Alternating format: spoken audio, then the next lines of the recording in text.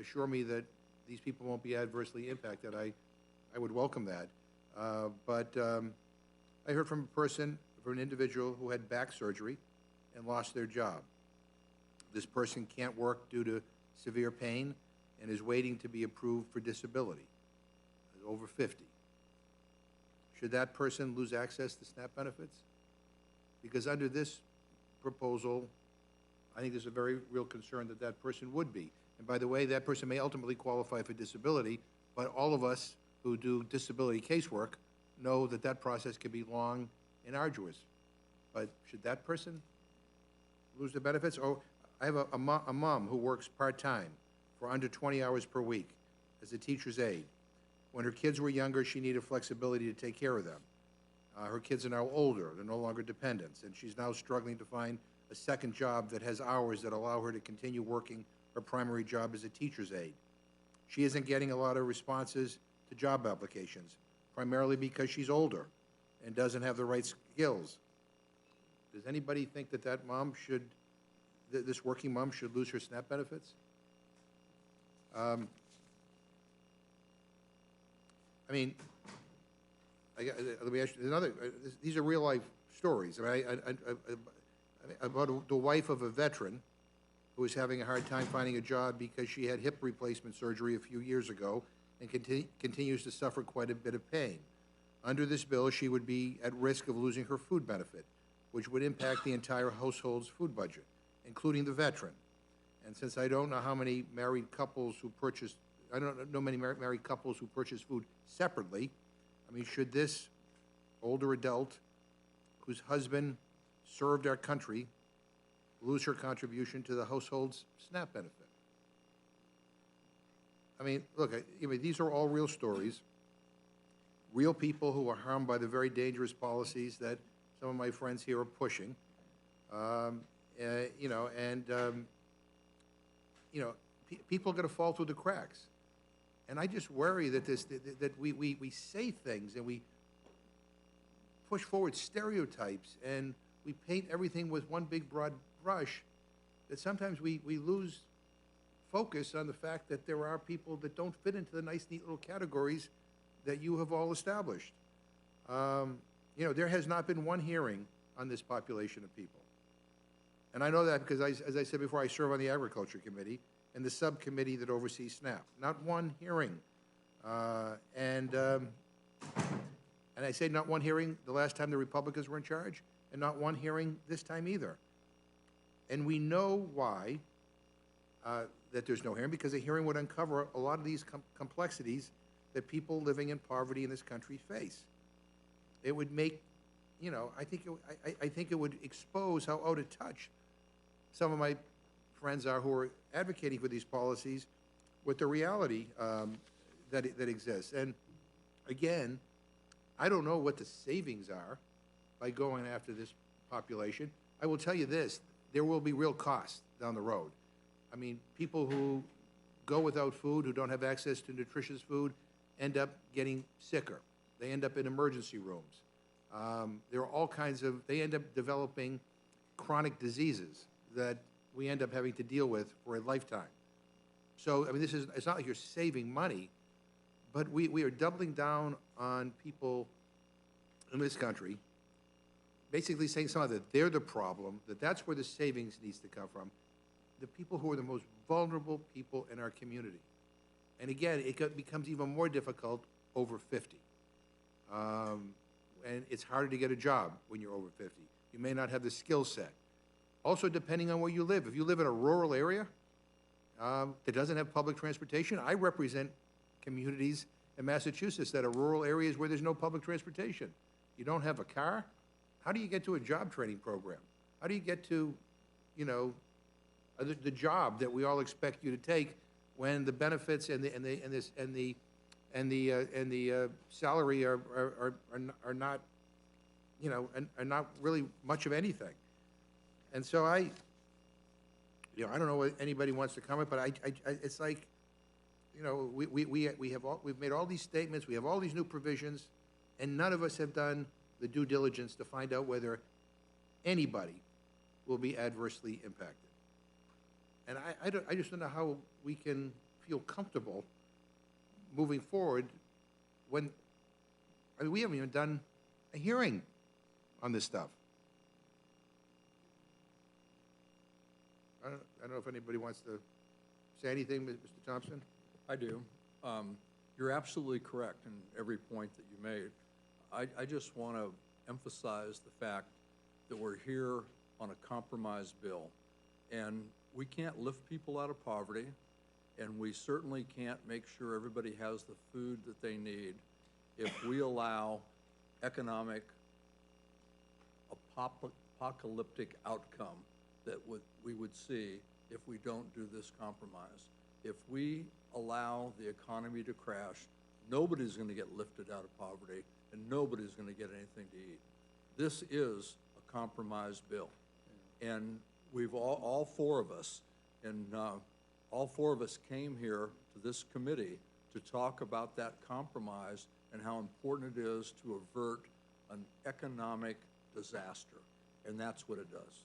And I appreciate. But you're spot on. And I appreciate that, and we all want to avert an economic disaster. It just seems like, why do we have to avert an economic disaster by disproportionately burdening the most vulnerable? I mean, why can't we have a provision saying no more $10,000 oil switches for the Pentagon, or that we, or that we need a stronger audit of the Pentagon to make sure that we are not wasting all this money, on cost overruns on things that contribute nothing to our national defense. And yet, I mean, we have expanded work requirements, which we know don't work, and we have done it to a population that is particularly vulnerable, and it's just kind of rotten that the people who least can afford to bear the burden of this agreement are the people who do. Yeah, I mean, we should be able to solve this crisis, be able to lift the debt ceiling without increasing hunger in this country.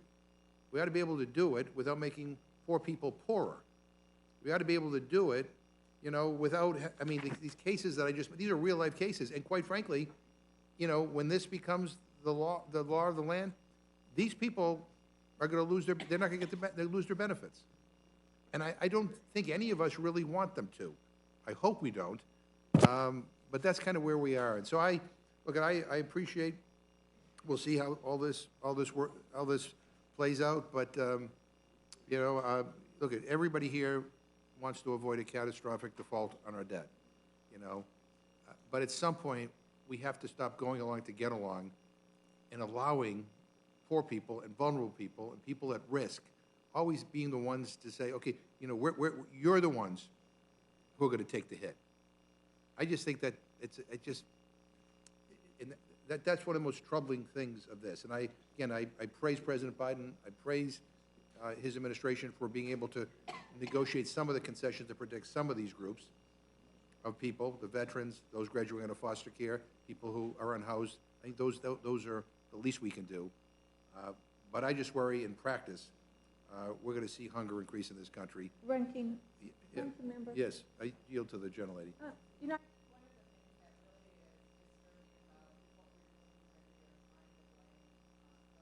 fallen into a place of having hunger, and is that when you start cutting people out, we're not going to start putting them back on.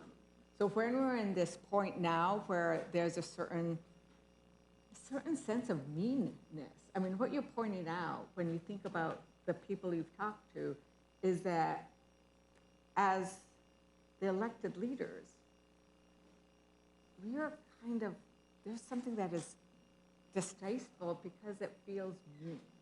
And sometimes it's really hard, and it's really hard to start saying that was wrong and to get these people back on so they're not hungry in America. I mean, thank you for raising the individual cases and what it looks like on the ground.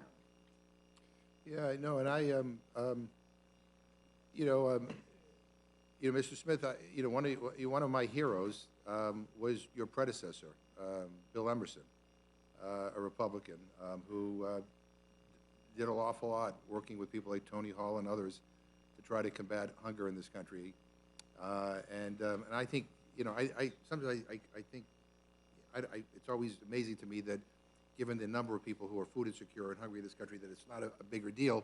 here in Congress. But let me just end by saying, repeating what I said in my opening statement.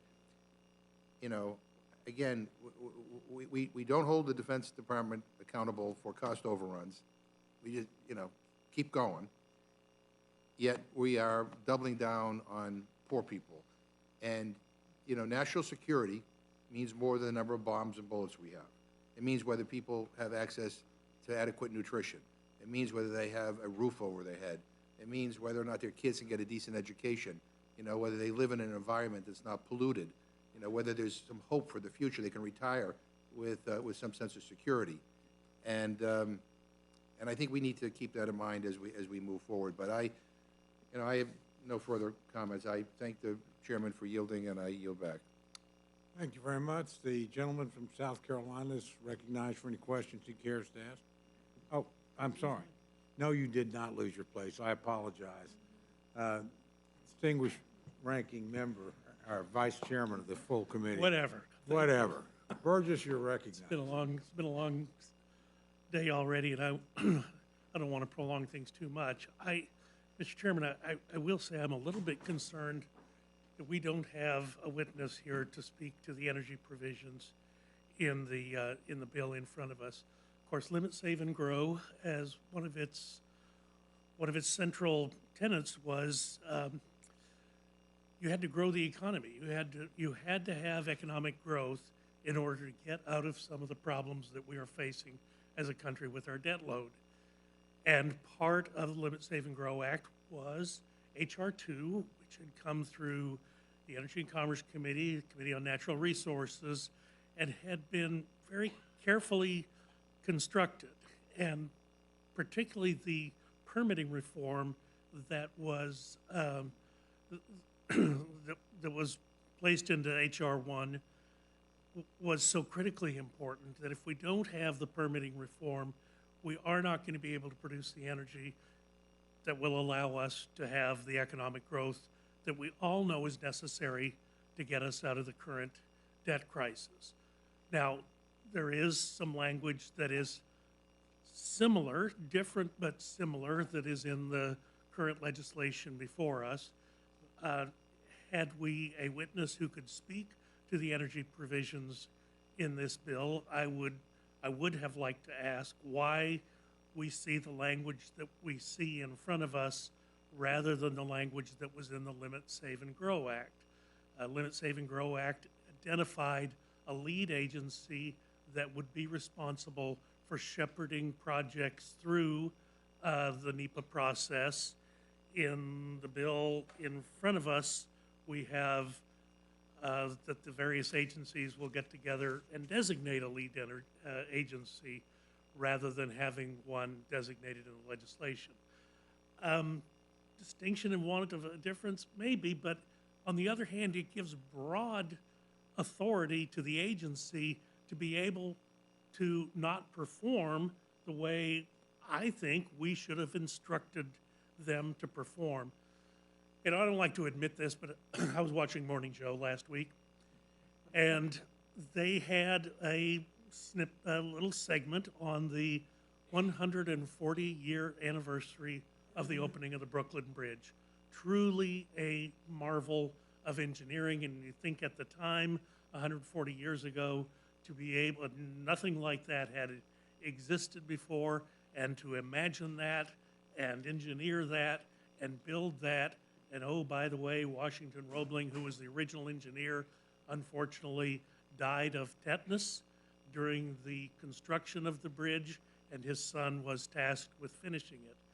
But Ken Burns was on the program, and they sort of asked the question wistfully, why are we not able to do big things like that anymore? And I'm sure the tenor and tone of the people who were talking about it was surely to believe that, well, it's Republicans who are probably keeping us from doing stuff like this. But look at the regulatory world that people have to deal with today compared to back then. And while regulations, and we talked about it in the Rules Committee when the H.R. 2 came in front of the Rules Committee, some of the regulations appropriate and important, But the problem is you slow everything down, you bring the cost up to where perhaps a project is no longer feasible, and then couple that with the fact that you're putting massive federal subsidies into competing types of projects. And is it any wonder that we don't get big things done anymore? And I would have just suggest that the language that was in Limit, Save, and Grow, particularly along the lines of the permitting reform, in designating a lead agency. Yes, this legislation does have a lead agency, but it has to be agreed to by other agencies. And again, to me, that's just a recipe for nothing getting done. There is a shot clock. There was one in Limit, Save, and Grow. There's a shot clock in this legislation. There was some liability protection in Limit, Save, and Grow. It exists in this as well. But all of it is a little less precise than the language we had in the previous bill. And the only reason I bring this up is because the Energy and Commerce Committee, Committee on Natural Resources, and we had the hearing on that, Mr. Chairman. We had representatives from those committees here to talk to us about that. And if you'll recall, that hearing went on for quite some time, and there were a lot of questions. So tip of the hat to Mr. Massey, he's right. These things should never be decided by one person in a room. We went through regular order in the Energy and Commerce Committee. We took a lot of testimony on this. We had a lot of hearings on permitting reform, and we came up with what I thought was pretty tight language on the permitting reform side. I hope what we've got here in front of us is going to turn out to be just as good. I know I've heard from a number of people in industry today who feel pretty good about the language that is in this bill. But I'm sorry, it's not the same thing, and it gets to the problem Mr. Massey spoke to. You just can't possibly know everything there is to know about everything, which is why you don't do things with one or two or three people in a room. Four corners is something that always makes my blood run cold when I hear this is a four corners agreement. No, we are the people's representatives in the people's house. It is up to us to do the hearings, take the testimony, write the legislation, fight the battles in committee, bring it to the Rules Committee, and then take it to the floor. Would the gentleman yield? Yes, I'd be happy to yield. I think another remarkable thing that's happened here with this rule is 72 hours to read this bill. I've been here almost 11 years. You almost never get 72 hours to read a bill like this. And my opinion of it has evolved over the 48 hours that have passed or so. And I think that's a really important aspect of this, since you can't know everything about I'm everything. reclaiming my time, but we got to be careful, because now Mr. McGovern is going to claim credit for the McGovern rule. Yes, And we do not want. I we do want to take credit for give- that. We do not want to Wait, give them. but we should take credit for implementing it. Yeah, absolutely. And we did more than you ever did, but anyway, but it's the McGovern rule, thank you. Well, I'm going to actually amend. Gentleman from Texas controls the time. I'm going to ask to amend the bill to make it now the Massey rule, but, and Mr. Massey is quite correct. We've never had that ability to say, you got to do the appropriations. If you don't do them on time, you get an automatic CR, and guess what? It's less money than what you would have had you been able to do your appropriations on time. That is a failing of this House, and yes, Mr. Massey, I was here when we used to do appropriations under open rules and come to the floor with a big chief tablet and a crayon, and you could scribble out an amendment and have it heard on the floor, get to talk about it for 5 minutes before you had it voted down. But that was that was a way of allowing the people's representatives to actually participate in the process. Now, look, I will say there's things in this that I do like. I do like, as Mr. Massey pointed out, we get that hard stop on the appropriations process, and we know that September 30th is a real date that has to be met. Too many times we have allowed ourselves to skate past it, both parties, say the dog ate my homework, and we gave ourselves an IOU till some point after an election somewhere. That's never a good way to govern, and we ought to be we ought to be much more precise in how we spend the people's money. Again, there's some parts of this that I'm still going through and still trying to understand. But at the same time, I think it would have been a better product had we at least allowed the original language on the permitting side to stay in place, rather than adding things at the end that, I don't want to say they're superfluous. I know they're important to some people, but it wasn't what we had worked on through the committee. It wasn't what we had taken testimony on. It wasn't what we had voted on in committee. But thank you, Mr. Chairman, and again, I apologize for being late today. Through the miracle of the C-SPAN app, I was able to hear all of Mr. Nagusa's dissertation when he had the floor.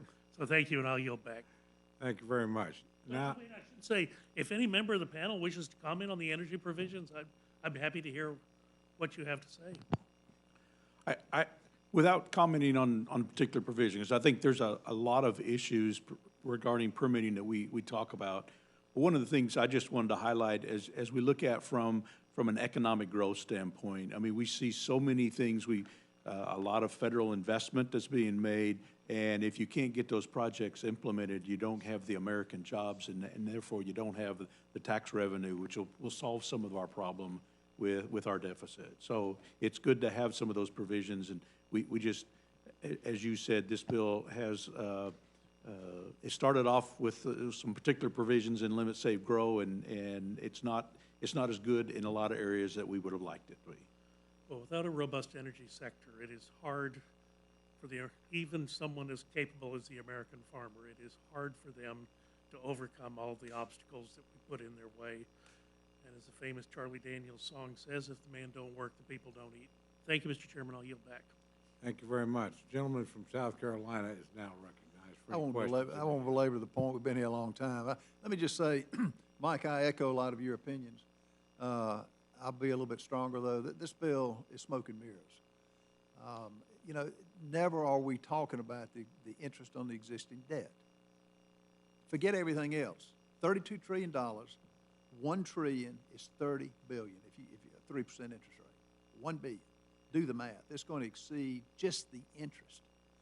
That's where I don't understand where we're coming from. I voted for this bill because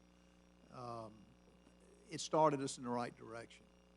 But, you know, to solve the problem with this bill, I get why the Democrats are voting for it. They're going from never voting for us when we put it up to now, because they're getting pretty much what they want. We should have walked away when President Biden was waiting 100 days, going to Japan and God knows where else. We should have called his bluff and said, when you get serious, when you put it in writing, we will be back at the table. Until then, don't play games. I don't want photo ops. That's what's so frustrating about what we're doing. Don't tell me, and I hear it all the time, well, it's not going to pass the Senate. I'm not in the Senate. I don't have the control of the Senate. Well, we'll do it tomorrow. Today, this is the day. This is our shining moment to face it. The reason the voters kicked the Democrats out is for mismanagement. Granted, it's a small majority, but we got the majority. We can do it. And to back up on, and Chairman, Jason, I agree, it was a good first start. We gave it all away. I don't buy Janet Yellen for a minute. She's changed the date 3 times, and I told the chairman this. She changed the date. The D-Day is June 1. No, it's June 5th. No, it's June 8th. I mean, give me a break. I was born at night, but not last night. And, when I see us giving a rogue administration what he's done on this for our country, I don't know how we walk it back. Mr. Governor, I like you as a person, but when I hear you talking about help the poor, help bring people out of poverty, what about those poor people coming over the border that are being massacred every day from starvation? What about the children that have fentanyl is killing them, 100,000? Where's your meetings on that? Where are the hearings? What about those people? What about I'll give you. You're in charge.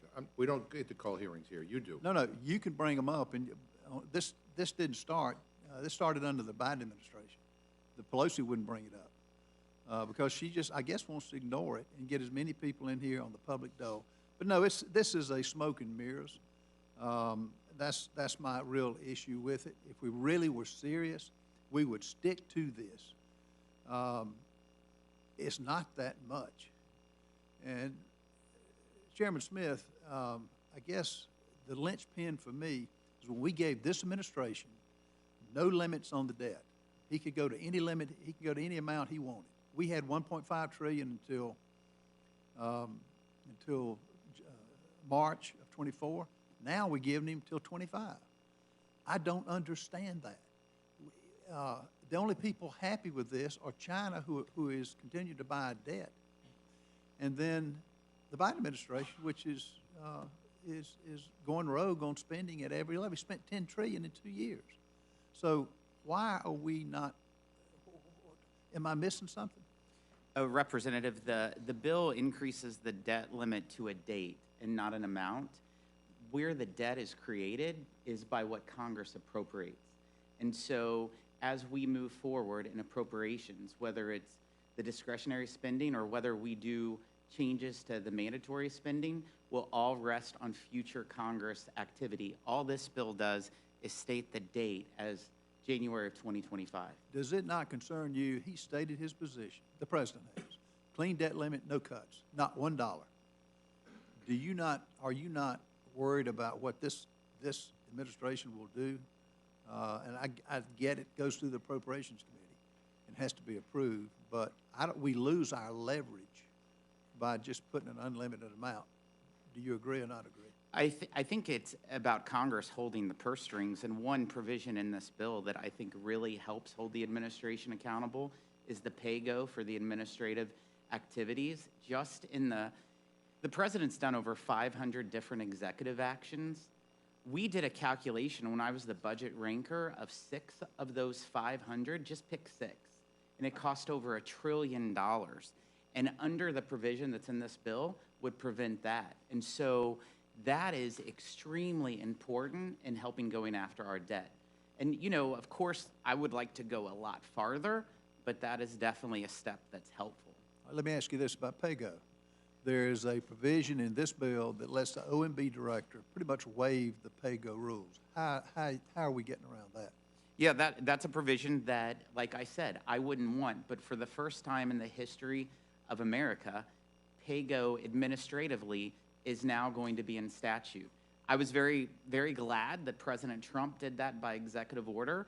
It's good to have this in statute. And, you know, in Congress, and just in government period, sometimes you got to take baby steps instead of getting everything that you want. And this bill is clearly not everything that I want by any means. I want a lot more, but it's definitely way better than that blank check debt limit that the president was pushing. I guess I'm asking, with PAYGO is in words, but OMB, who answers to the president, can waive it. So how does that put the teeth in it? And OMB also answers to Congress, who funds them. And so Congress will also have a back check to make sure OMB is following the rule of the law. Or we can zero out their budget. That's what you do in an appropriations process. Well, I can tell you and I like the 1% cut, you know, as a lever. But think about and Thomas brought this up, in the business arena, is that really a punishment if you tell the business, we're going to really punish you, we're going to cut your business income 1%, but we're going to leave 99% intact? What kind of insanity is that? I mean, you cut only in government can you not cut 1%. You ask that family that's being cut far more than 1% with what they're paying for gas, with what they're paying for food, with what they're paying for housing. It's a complete joke. In the first 2 years of the one-party Democrat rule with Nancy Pelosi, Chuck Schumer, and Joe Biden, with their $10 trillion increase in new spending, it led to the highest inflation in a generation. 14.9% inflation has gone up since Joe Biden's taken the oath of office. So that means every American, every working class member has lost 14.9% cuts because they have to pay more to put food on their table, clothes on their backs, and gasoline in their cars. All So self-inflicted. very, very, Every very bit of it tough. self-inflicted. Well, you know, as we debate each item, and I'm not gonna bore you with going down through them, but I am amazed on the work requirements. You ask the average business, family, business, boy, they're really tough, 20 hours a week, some of it voluntarily. And Ron, I don't understand. I mean, yes, we got it in TANF, yes, we got it in SNAP, but oh, by the way, Medicaid, taking it out. Because as Ms. McGovern says, work doesn't work. You tell that to your average family that goes to work and puts in far more than 20 hours a week. It's insanity. I didn't say that. You said work doesn't work. I didn't say work doesn't work. I said the work requirements that Don't we work. have in place are not resulting in more people going to work and getting a job because their lives are complicated. That's what I said. What's the difference? The difference is work works, right? I mean, but the work requirements on a lot of these vulnerable people, I gave you examples, of people who have had surgeries or are in pain, who can't quite get to the 20 hours and. The exclusions on that. No, there are not exclusions on that. Yes, There there not. are. No, there are not. There are not. I'm happy to share them with you. But contrary to what the stereotype is, no, these people are not lazy, and their lives are very complicated. They're getting a government paycheck. Yeah, $6 Work a day. 20 hours, reclaiming my time. 20 hours is a bare minimum. This is what builds confidence. This is what gets you off the government payroll. That's where we're in two different universes. We are. You've got You're in a the- different you've got universe the- entirely. Thank You've got a view that work is bad. I'm sorry. America was you. I built did on not work. say that. Please do not misrepresent what I said. Thank you. I'm saying exactly what you're expressing in so many different terms with a lot of different words. But there's no need to go any further on it. I wish we had a real bill that was going to make a difference. We did in the original bill. This being watered down is completely, takes the teeth out of it. And I see why the Democrats are voting for it. I see it now. I yield back. Thank you. Gentleman from Texas is recognized for any questions he cares to pose. I thank the chairman. Mr. Boyle, Standard & Poor's reduced the United States long-term rating to AA+. In their report, they say the downgrade reflects our opinion that the fiscal consolidation plan that Congress and the administrative recently agreed to falls short of what, in our view, would be necessary to stabilize the government's medium-term debt dynamics. Do you agree or not? Well, I wasn't here in Congress in 2011, but what I do know is there's no question the reason for that default and the reason for that downgrade was because we came so close to default for the first time ever. Mr. Smith? Yeah, I'm glad you brought that up, Representative. In other words, the only major credit downgrade that we've ever had was because we weren't doing enough to manage our debt. We never defaulted. There was never a default. It's just they downgraded because we weren't doing enough to manage our debt. The subsequent quote was making them, quote, pessimistic about the capacity of Congress and the administration to be able to leverage their agreement into a broader fiscal consolidation plan. In other words, they didn't believe that we would do what is necessary to get our fiscal house in order. I guess my question right now is, and the thing that I'm struggling on a nonpartisan basis, is whether this plan does that. And that's, I think, the question the American people want to know. Are we actually taking a step right now which will actually make our fiscal strength return again? And I'm asking just a general question, like just quick, I mean, yes or no? Do you guys think this bill, you guys are all advocating for this bill, will this bill, if we pass this bill, is this going to restore fiscal health to the United States of America? I would just say, in regards to, I would best illustrate it to our country's finances is like the Titanic. And you got to start moving the ship before you hit the hit the iceberg. And this does help us start turning the ship. Does it turn it fast enough or far enough, as much as I would be happy to do? But we could probably turn it a whole lot faster if we had a different person in the White House and different control in the Senate. But it does turn it, but just maybe not as fast as all of us would like to turn it. Mr. Estes, you wanted to I would jump go even further. Okay. I think this bill, as I've said repeatedly today, is a compromise that will help us avoid economic disaster. Whether or not we can do what we need to do in order to get our fiscal house in order is dependent on each one of us. I don't think you can say, well, we got pay-go for the administration, but we don't have pay-go for the tax side in the House.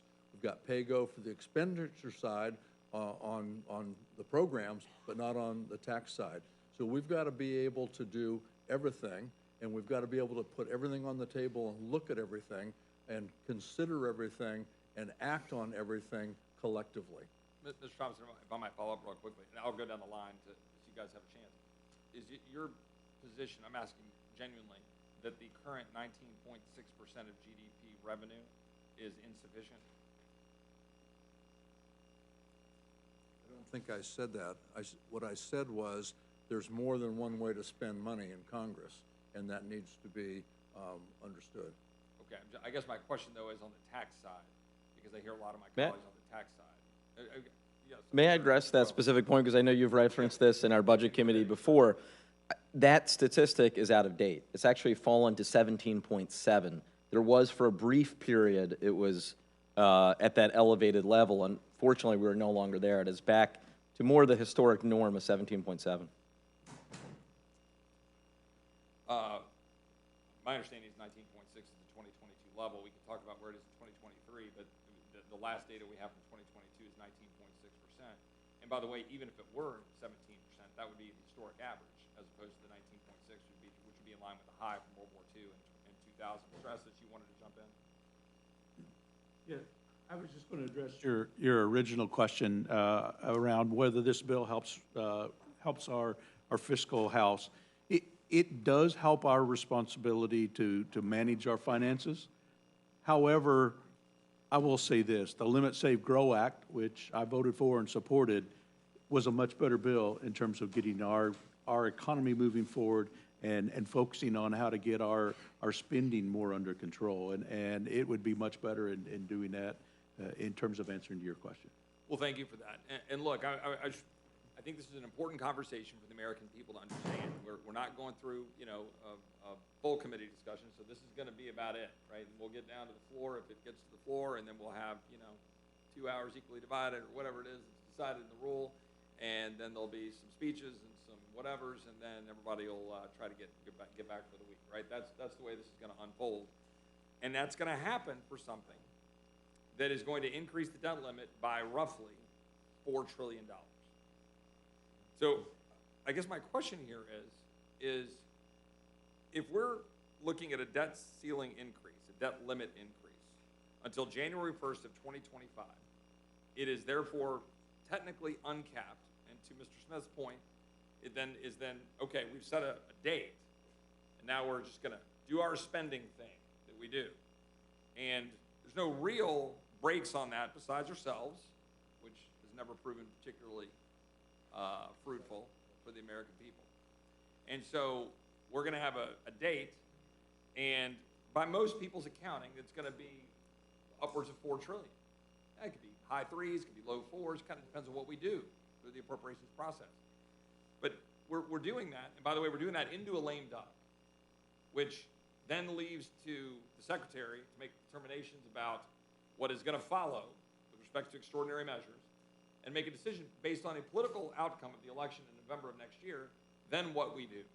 So we're setting this up for the classic Washington Christmas timeframe, end of the year, middle of a lame duck, not the kind of thing you would think we'd be doing. And the reason I started with that Standard & Poor's question, trying to calm things, trying to demonstrate a resolve to actually put our hands around this problem.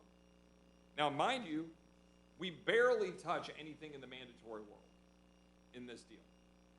We should, of course, be addressing mandatory spending as a conference and as a Congress. we're not really. To the extent we were going to, with Medicaid, we didn't.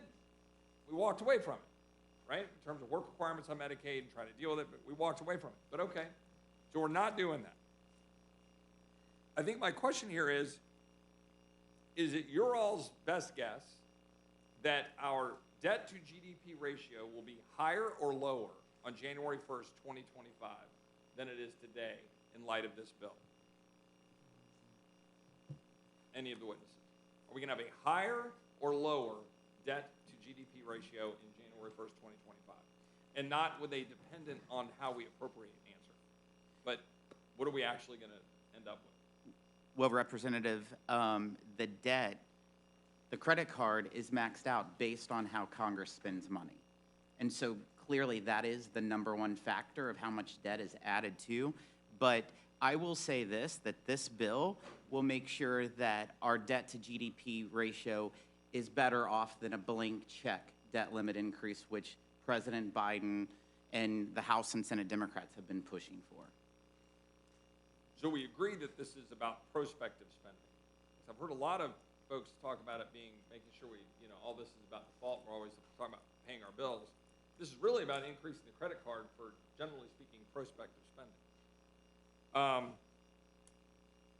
Part of this is not just about the number change or the date change that would then increase the debt $4 trillion. It's obviously got some spending restraints in place. Now, we've tried those before. To the best of my knowledge, I'm going to see if I'm incorrect, there are 2 years of actual caps, 2 years of actual caps, 4 years of targets. The targets really don't do anything. So we have 2 years of caps, and those 2 years of caps would, in year one, to the best of my understanding, result in a $12 billion discretionary cut on paper. Do we agree with that number, that it's a $12 billion discretionary cut? For 2024. For 2024. Yes. So a $12 billion discretionary cut. But one thing that I think is important in that is you also have the COVID rescissions, which are $29 billion. However, $6 billion of that was actually rescinded. $22 billion was, to the best of my understanding, split into $11 billion in 24 and $11 billion in 25 and put over in commerce, and is sitting there able to be spent. Now, again, according to appropriations, but also not with respect to the cap. So we talk about a $12 billion cut, but you've got these rescissions that we're saying we're saving, the COVID rescissions, and we're taking 11 or 12 billion and putting it over in commerce. Do I have that correct, to the best of our knowledge? Any of the witnesses, can they speak to that's over in commerce? I don't know where the money that went into commerce, or for those two categories in commerce, came from. Okay. Whether that came out of the COVID money or what that was intended to come from. Thank you, sir. Thank you, Congressman Estes. My understanding is that it was in fact from that pot of COVID money that 22 billion was divided into two, and that's 11 billion per year. My point of that is, depending on how you view these numbers and the fact that that doesn't apply to the cap, I would argue that you're not necessarily seeing that $12 billion cut. This is why I have been saying to some degree in the public that this is effectively a spending freeze. So we can quibble over it, and at the end of the day, $12 billion represents what? 0.75% of the 1.6 trillion, roughly? So at most, we're talking about is about a 0.75% cut in 2024, but we have these COVID rescissions that we're moving around and putting over COVID. So from my standpoint, when I analyze this for the American people, I view this as effectively a spending freeze for 2 years. You get a 2-year spending freeze, but that is off of the post-COVID spending. So we're still tracking post-COVID spending as where we're starting from. And right now, we are now spending almost 50% more than we were at the beginning of COVID. So we've gone from, 4 trillion-ish to 6 trillion-ish or something along those lines. And in a post-COVID environment, we're now going to say we're freezing spending, so we're, as some articles have said, bending, the curve down. So we're bending the curve down off of the higher COVID levels of spending in order to extract an agreement to push the debt ceiling all the way to January 1st, 2025, in the middle of a lame duck, which by most accounts would amount to maybe $4 trillion-ish of increase. And I'm trying to figure out how that's good for the American people. That's what I'm trying to figure out. That's not exactly ratcheting back our spending. This is like watching the Indy 500 on Sunday and like you're going 240 down the stretch and you're going, oh, the curve's coming up and I'm just going to let my foot a little bit off the gas. But you could go barreling right through the curve right into the wall, and that's what we're doing. We're not making the substantive transformative changes necessary. We already acknowledged here, I think on a bipartisan basis, we're not touching mandatory spending in any significant way. I actually am fine with that in the current circumstances of this political environment, but I think we ought to be on a bipartisan basis actually sitting down to roll our sleeves up and address mandatory spending. Unfortunately, my colleagues on the other side of the aisle, their only response ever to that is taxes. Literally, that's the response. Say, okay, well, let's talk about all that. Let's talk about overall revenue to the Treasury, and then talk about what we're going to do to reform mandatory spending. But we don't ever do that. But put that aside. In discretionary, we're talking about a freeze in spending post-COVID. And I think that I think is what a lot of the American people are concerned about. To the extent that I'm trying to put any meat on the bone, and what my friend from South Carolina said about smoke and mirrors is, oh, these cuts, we're going to save $2 trillion over 10 years. Well, when the CBO says that, and I think this is correct, right, they are assuming that we're going to spend at those levels that are capped and the targets, which are not, of course, in law. They're just targets. So the $2 trillion is, like most things in this town, a fiction. It's just saying, well, if you guys do something remotely responsible like this, you'll save $2 trillion.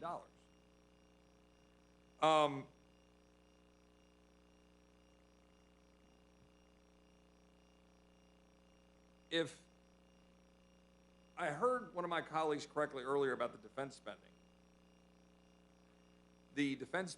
it was critical of increasing defense while decreasing non-defense. Okay, I mean, my personal view was that we should have a top line number here and then go duke it out in appropriations. Why isn't that better for us? I would ask everybody here. Why isn't it better to do like a normal family does and say, here's your number, now go figure it out in appropriations? Because I think one of the fundamental problems we have in this town is we keep playing games with these bifurcated caps. And we go, okay, we're going to have 704 for non-defense, and we're going to have whatever the number is, 800, whatever it is for defense. And you just get them sitting there. Why shouldn't we have one single cap and then duke it out in appropriations to figure out what's in the best interest of the American people? On both sides of the aisle, I'd be quite, any reason why that wouldn't be a better way to do things? I think that would be a much better way to do it. I'm a big advocate that we ought to be following regular order and following the process of having the Budget Committee develop a budget and then having the Appropriations Committee and as well as the authorizing committees do their work and then move forward.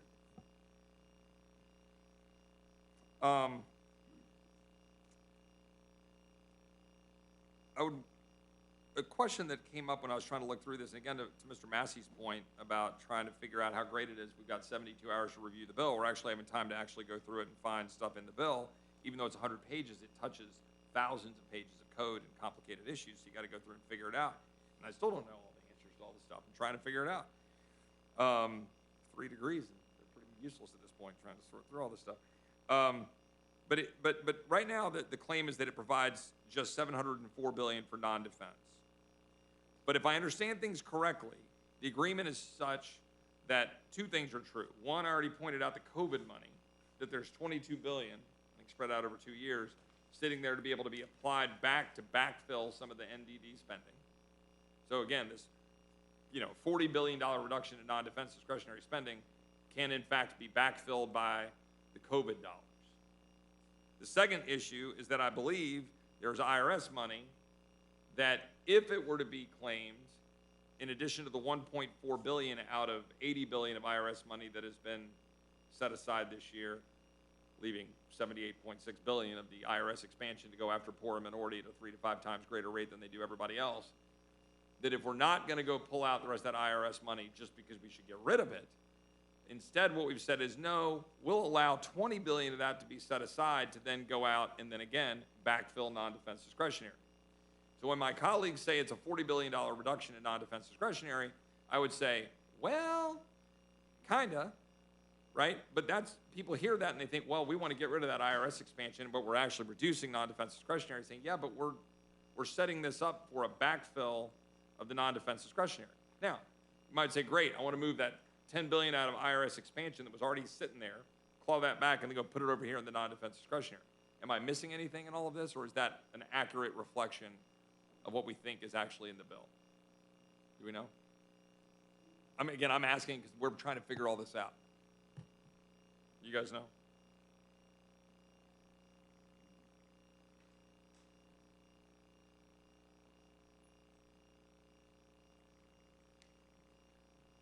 I think that's In it's regards all right. to the, it's not a Ways and Means issue, but in regards to that, I did not see anywhere in the bill where it talks about, using $20 billion.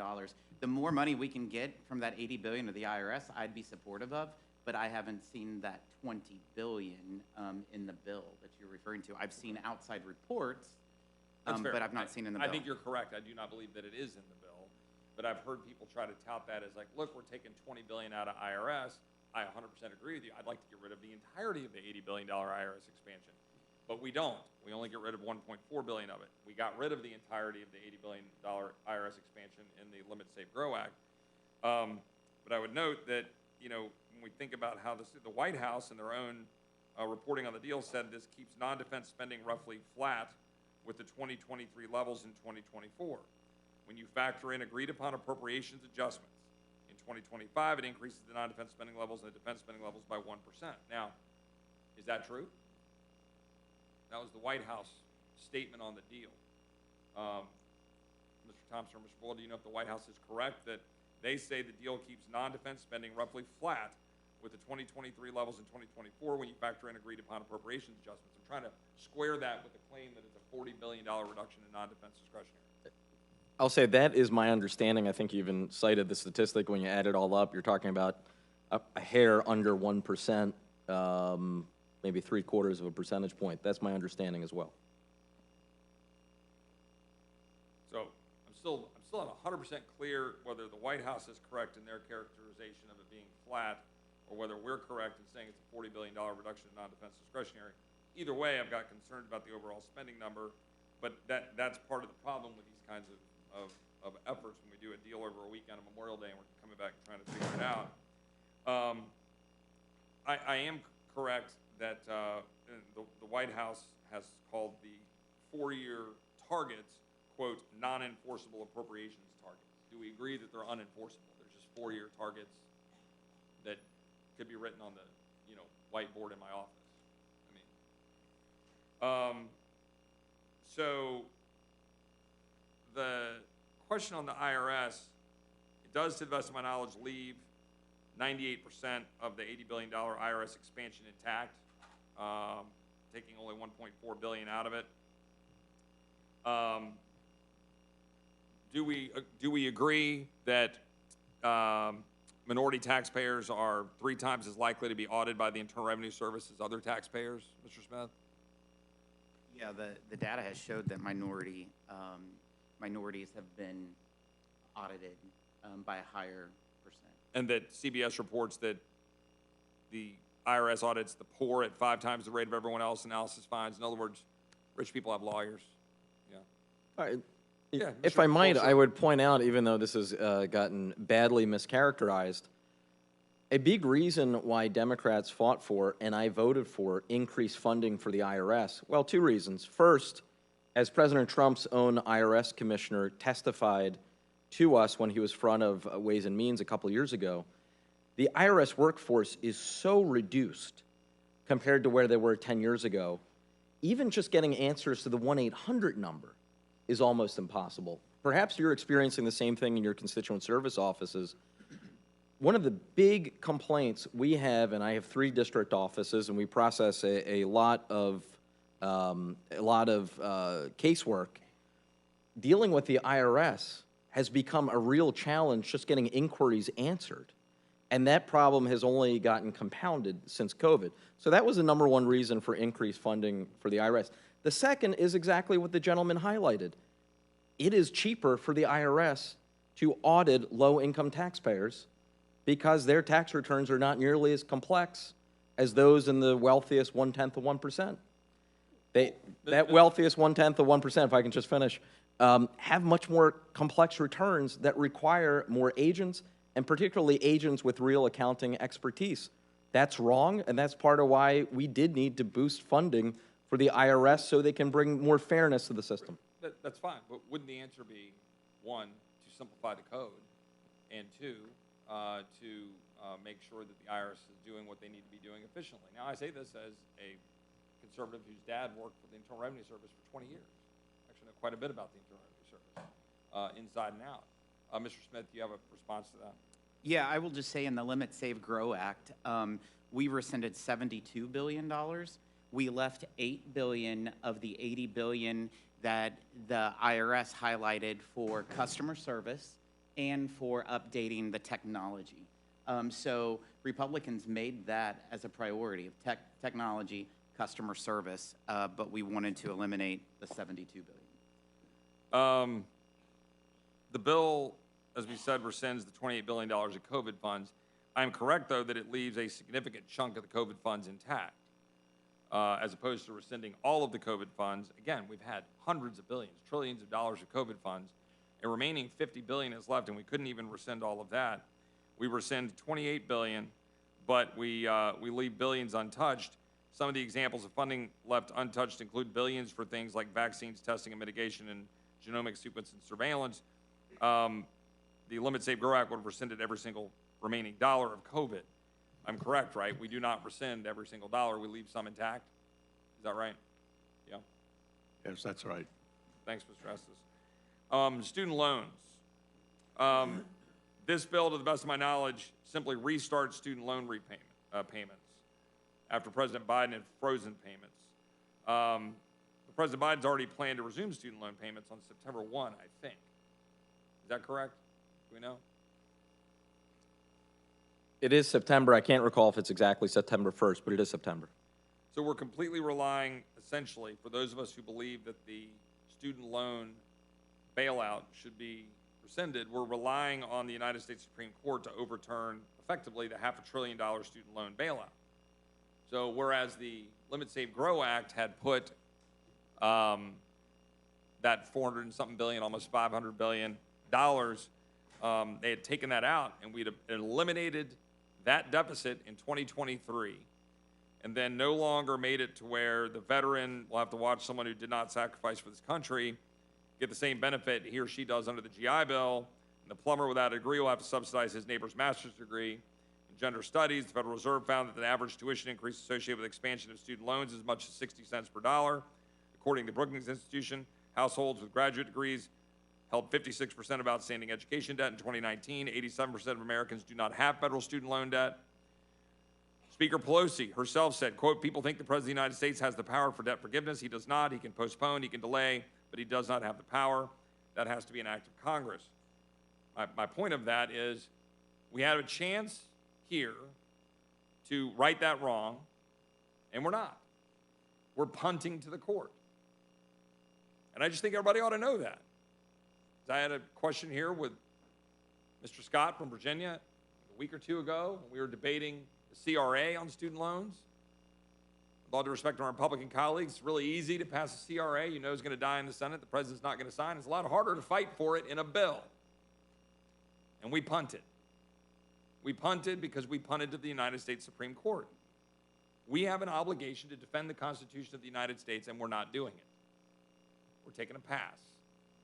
And instead, as I said to Mr. Scott, my wife, who was a product of a single mom, went to Texas A&M, the University of Texas School of Law, took on debt, has worked her whole life the last 20 years, balancing being a mom, working, to pay off those student loans, got it down to almost nothing.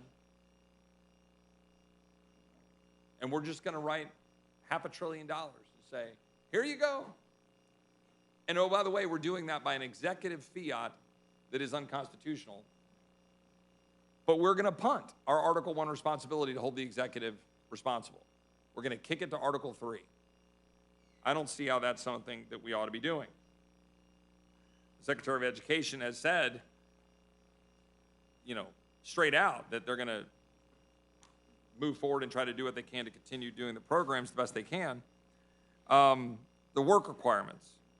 The bill contains work requirements that do not include Medicaid. Is that correct? That's right, right?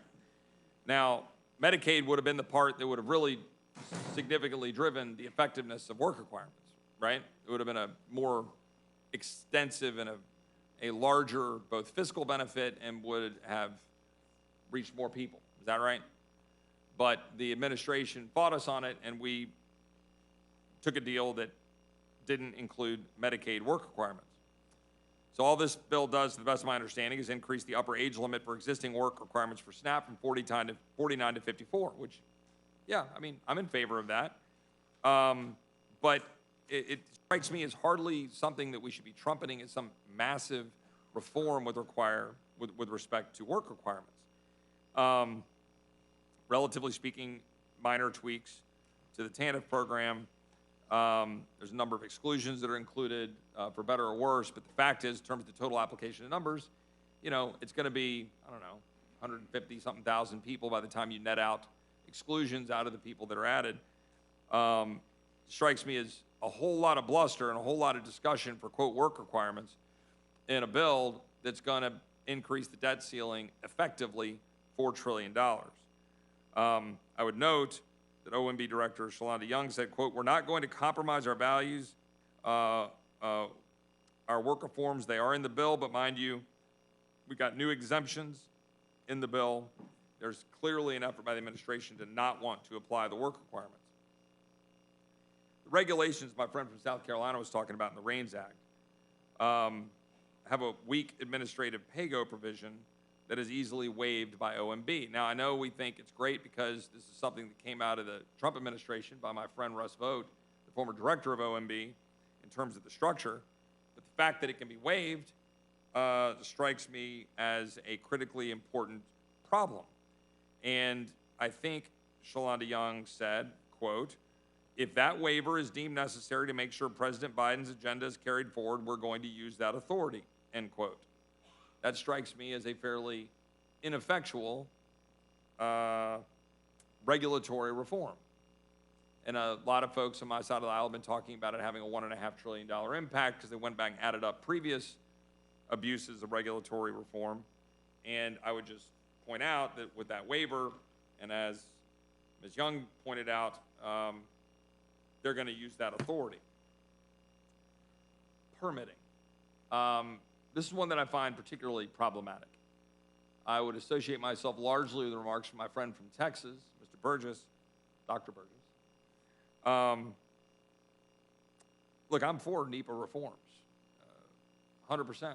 We need them for road projects, transportation, but particularly for our energy industry. But my concerns here are that we've got language that none of us have fully reviewed going through the committees of jurisdiction that has been adopted, that I've got colleagues texting me and saying they're not 100% sure if that language is good or bad for the purpose intended. I've got colleagues on both sides of the aisle that have raised those questions. And so the purpose intended, of course, is to streamline projects, whatever those projects may be. But I've got a text right here from a GOP colleague saying, well, I'm not so sure that these will actually do what we think they will do to streamline said projects. And in fact, a former high up in the administration, in the energy department, under the Trump administration, just validated that concern by one of my colleagues. Yet we are putting forward this measure, saying this is some grand improvement with respect to NEPA, that's somehow something we should be applauding when it's not the full package of H.R. 1, which had gone through committee. And importantly, the one thing that I think is 100% clear is that this bill fails to include even the most basic reform to President Biden's unreliable energy subsidies that were put forward in the so-called Inflation Reduction Act for the wealthy, elites, corporations, and the Chinese Communist Party, just to be blunt. And frankly, it ensures that permitting reform will likely benefit renewables the most. Basically, if you're a government that is subsidizing the crap out of something, in this case, unreliable energy, giving massive subsidies to billion-dollar corporations, giving significant subsidies to families that make over $100,000 and $300,000 for EVs, because you're chasing your dreams of, a fossil fuelless world, you're going to absolutely decimate our grid because you're not going to have the projects being developed for the gas and the coal and nuclear that are actually required to keep your grid functioning. But yet that's what we're doing. And I just, for the life of me, can't understand why we're applauding that. And I would just note that President Biden's statement of administrative policy on this bill said, quote, "The bill would protect and accelerate implementation of the historic clean energy and environmental justice investments in the Inflation Reduction Act," end quote. My question for my Republican colleagues here, or generally rhetorically, is how on earth is this going to be beneficial? Again, I go back to this. A spending freeze of 2 years for a $4 trillion increase of debt with actually a blank number into a lame duck Congress in order to not remotely address what the statement of administration policy is going around saying the bill would protect and accelerate implementation of the historic clean energy and environmental justice investments in the Inflation Reduction Act, which Goldman Sachs said would be $1.2 trillion. I'm just trying to figure out how this is a position that Republicans should put forward down on the floor of the House of Representatives, because that's the question before us. I'll just leave it out there as a rhetorical question. I know we've been here for a while. I do think it's, important. There are other pieces to this puzzle. Seeing out there and some of the, people talking about the bipartisan deal to avert the debt default won't constrain the Biden administration's ability to provide more aid to Ukraine.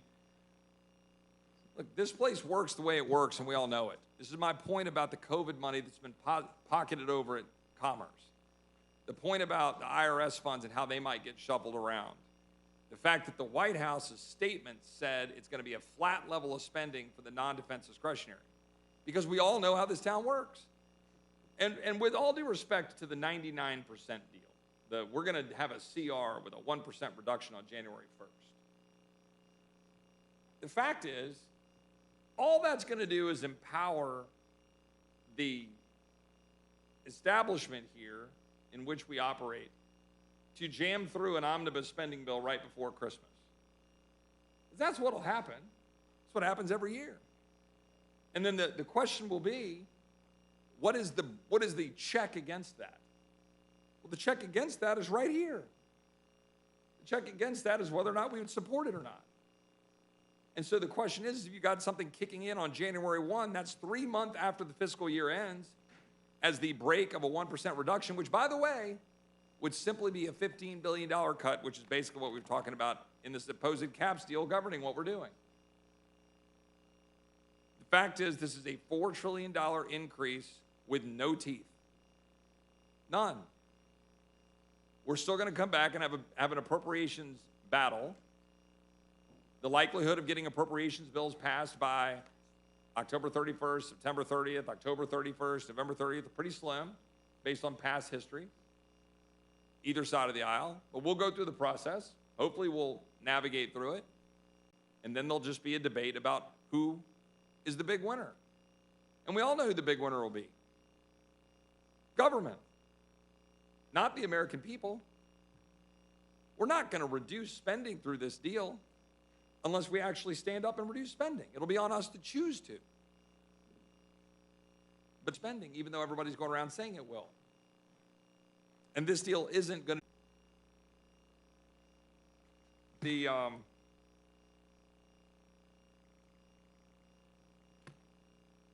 last point that I'll make is just, I've talked about the statement of administration policy, is there's a significant number of folks who have been out talking about this bill.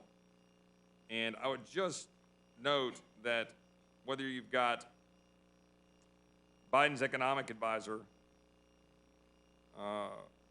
Ramanurti, I think, due respect to pronouncing it correctly, this, quote, protects all the key pieces of legislation that the president signed into law in the last 2 years and preserves remarkable progressive accomplishments, end quote. I could go down a list of other quotes. The ever-important policy genius, Keith Olbermann. Biden has still kicked McCarthy's butt. Now he must also kick Joe Manchin's butt and his pipeline out of the debt deal. Well, my friend from Texas, I think, has an amendment along those lines, Mr. Self. Look, we ought to do better. The Limit, Save, Grow Act was a responsible approach to actually reduce spending, to actually change the way this town works.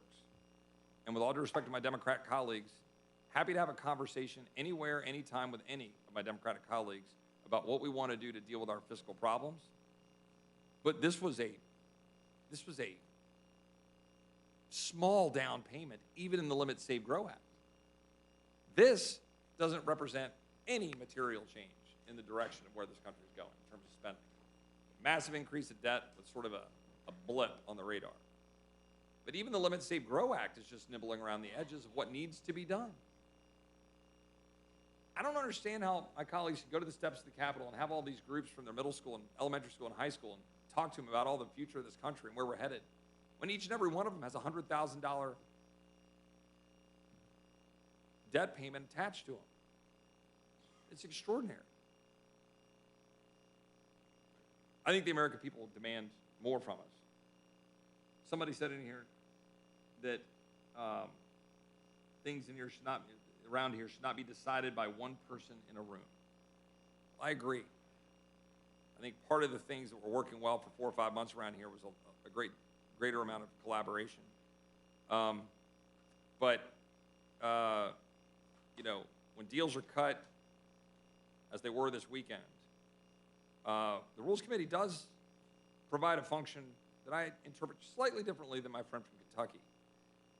We're also the filter, not unlike, say, the Calendars Committee in the Texas legislature, of making sure that what gets to the floor is not something that steamrolls the American people, because the defense establishment in this town and those that wish to continue to spend money for every government program under the sun, as has been happening throughout my entire life watching it, there is an important role here to defend the American people against what this town does to them. Because this town does it to them every single year. So we got some work to do, and unless I see some amendments come through that improve this bill, I've got strong concerns. I yield back. Thank the gentleman. The gentlelady from Indiana is recognized for any questions she cares to address to the panel.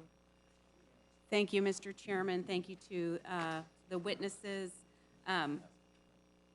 I tell you what I'm fighting against on behalf of the American people. I'm fighting against a clean debt ceiling with no spending cuts. I'm fighting against tax increases on hardworking families. We need to put this in context. Reckless spending got us into this mess, particularly in the last several years under the Biden administration. That's why House Republicans have been fighting on behalf of the American people to reduce spending. The first step in getting spending cuts was passing the Limit, Save, Grow Act. Passing that bill finally brought the president to the negotiating table after he ignored the issue for months. Since the beginning of the 118th Congress, House Republicans have made it clear that the United States cannot and will not default on its debts, but that an increase in the debt ceiling must be paired with fiscal reforms to reduce the deficit. I'm not completely satisfied with the product that we have before us, but the negotiated package does change the trajectory of spending and puts us on a better path. It's better than defaulting, and it's certainly better than a blank check to Democrats. Chairman Smith, how many days did it take for the president to come to the table to even start negotiating a solution?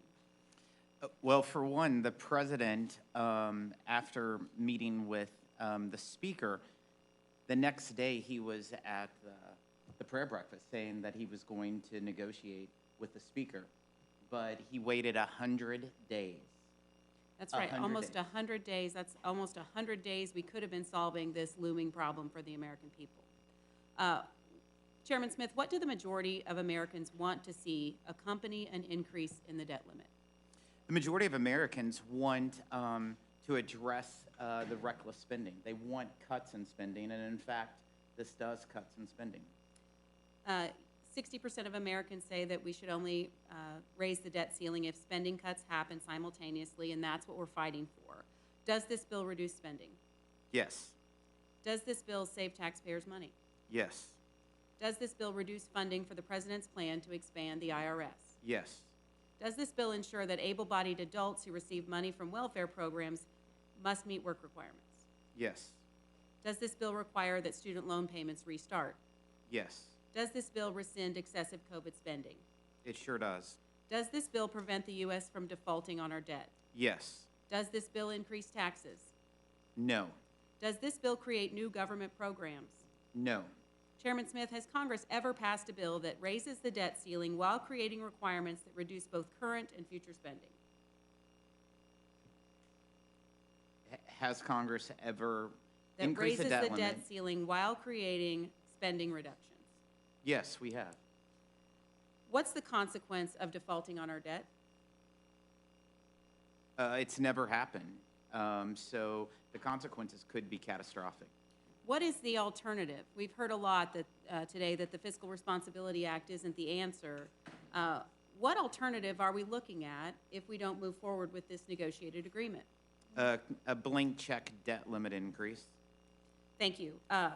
Before I close, I just want to note, we would likely have not been able to secure the conservative items in the Fiscal Responsibility Act as standalone bills.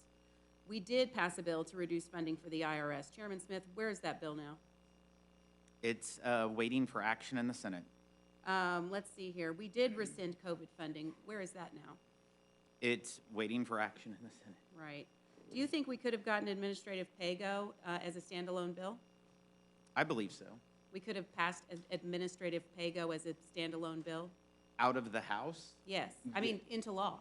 into law, I don't think that the Senate would ever have taken it up. So none of these bills, we've got reducing funding for the IRS. That could pass the House. It can't pass the Senate. It won't get signed by the president. Work requirements for TANF and SNAP. Student loan repayments. We've heard from some folks saying that, well, this doesn't address the student loan bailout. Did we do a bill that rescinded funds for the student loan bailout? Yes. What happened to that? It's waiting for action in the Senate. And who controls the Senate? The Democrats. Who controls the White House? The Democrats. So could we have gotten permitting reform through the Senate and to the president? I think if you talk to Senator Manchin, he was promised permitting reform, but apparently, even though he's a Democrat, it's still, they're not following through on their obligations in permitting reform. And in fact, we passed H.R. 1 and H.R. 2. One was a Border Security Act, one was an Energy Act. Where are those bills now? They're still trying to get their members to have any kind of action. Okay. Do you think that the Senate would pass budget caps for 6 years? Absolutely not. So all of these things that we got in the Fiscal Responsibility Act are major accomplishments in my view. Let's be clear, as Mr. Massey correctly noted, this debt ceiling bill says to the American people and the rest of the world that we will pay our debts, but we will do so only by putting us on a better fiscal path. This isn't a bill that authorizes new spending. The money has already been spent. We are cutting the spending trajectory and adding some components like work requirements, like permitting reform for economic growth. The appropriations bills in October is where the future spending or cutting in spending will occur. This bill will force an open process with no omnibus bills at the last second, and it will force spending cuts. This bill isn't perfect, but the Fiscal Responsibility Act achieves the important principles included in Limit, Save, Grow and fulfills one of House Republicans' key commitments to the American people in tying a reduction in spending to any debt limit increase. You want to know what's remarkable about that? Republicans don't control the White House. They don't control the Senate. We only control 1/2 of 1/3 of government. We are certainly punching above our weight. For the first time ever, an increase in the debt ceiling is coupled with a reduction in spending year over year. In fact, this new bill will cut spending by $2.1 trillion if the proposed budget caps are left in place for all 6 years, according to the preliminary estimates from the CBO. I came here to fight. And I'm fighting against a clean debt ceiling increase, which is undoubtedly what we will be faced with if we do not support this bill. There's no better deal to be had. The alternative here is a clean debt increase where Democrats can keep on spending unimpeded right off a cliff. And in a clean debt ceiling, we will not only lose what we gained in Limit, Save, Grow, but we'll also lose the historic cuts and savings that we achieved in the Fiscal Responsibility Act.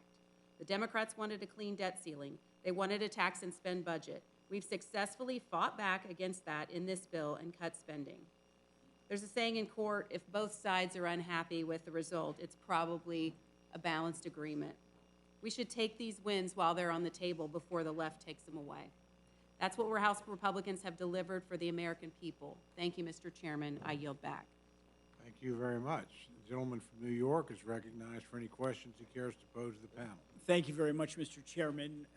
As we all know, the Biden administration, under the Inflation Reduction Act, enacted $79 billion in new funding for the IRS, doubling the agency's budget by 2031 and growing its workforce by tens of thousands. This is funding that will lead, according to the latest GAO reports, to 600,000 more audits on middle-class taxpayers.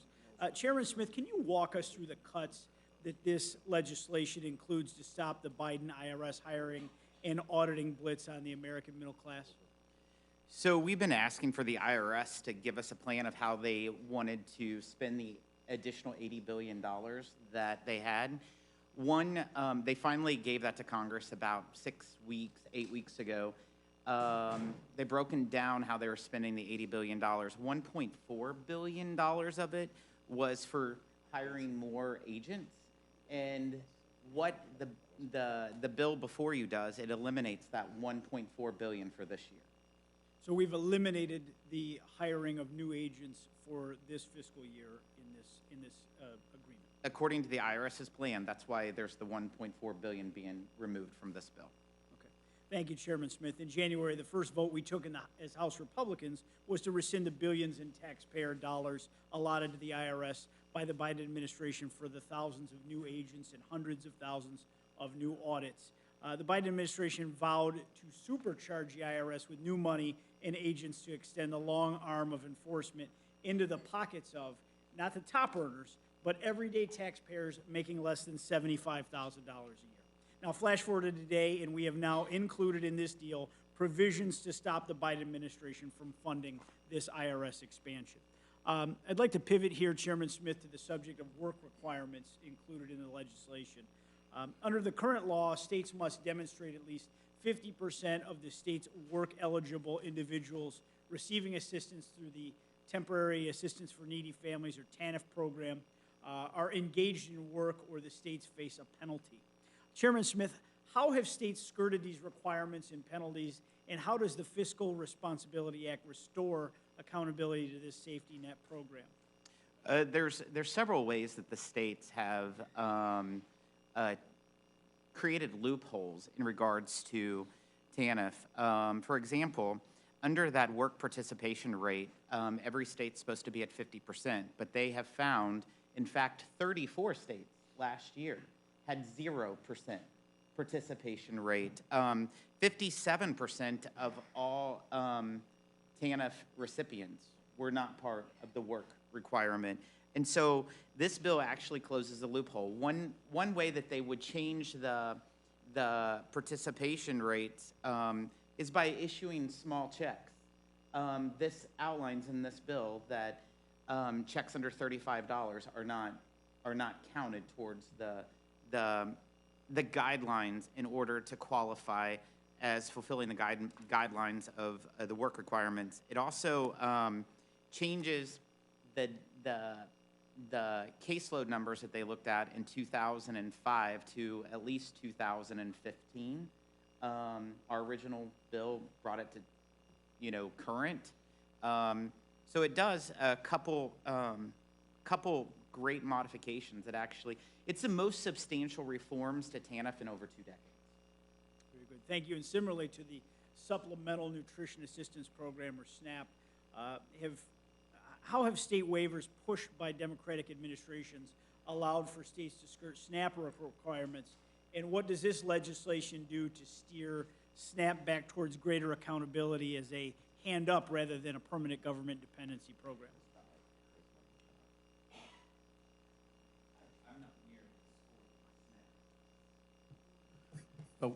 One of the things that states do within the food stamp program is implement a lot of waivers. I mean, right now, there are just state after state where every county is covered by a waiver to avoid having to do work requirements. And some of that may have made sense in 2008 and 2009 when the Great Recession hit and unemployment rate was so high and people had difficulty getting jobs. But now with the economy humming the way it is now, unemployment rate down, in low digits, 40-year lows, there's not that problem with people having the opportunity to get jobs. And the American people are very charitable. They want to be able to help people, give them a hand up, but they also expect that there's an obligation and responsibility on the part of the recipients as well. And thank you. How do you see these reforms to TANF and SNAP helping House Republicans to restore long-term accountability to these programs beyond the legislation that we have in front of us today? I think one of the things that we look at is, one, how do we help the economy grow? Having more people back in the workforce, helping build their skills back up, and getting into a full-time job. Ultimately, being skilled and having positions where they earn enough that they don't need food stamps or TANF assistance at all. That's obviously a benefit. Actually, it's a double benefit. You don't have the spending to provide that hand up, but you also have tax revenue that comes from the increased and improvements in the economy. Thank you, Chairman Smith and Congressman Estes. The bottom line is this. This administration cannot be allowed to use the potential of a default as a threat to bully Congress and the American taxpayer into passing a carte blanche, clean debt ceiling that does nothing to shore up the out-of-control spending that goes on at this very point today. Now, House Republicans, we went to the negotiating table, and for 100 days, there was no action from the White House. They were the sole voice in the conversation about our country's fiscal future.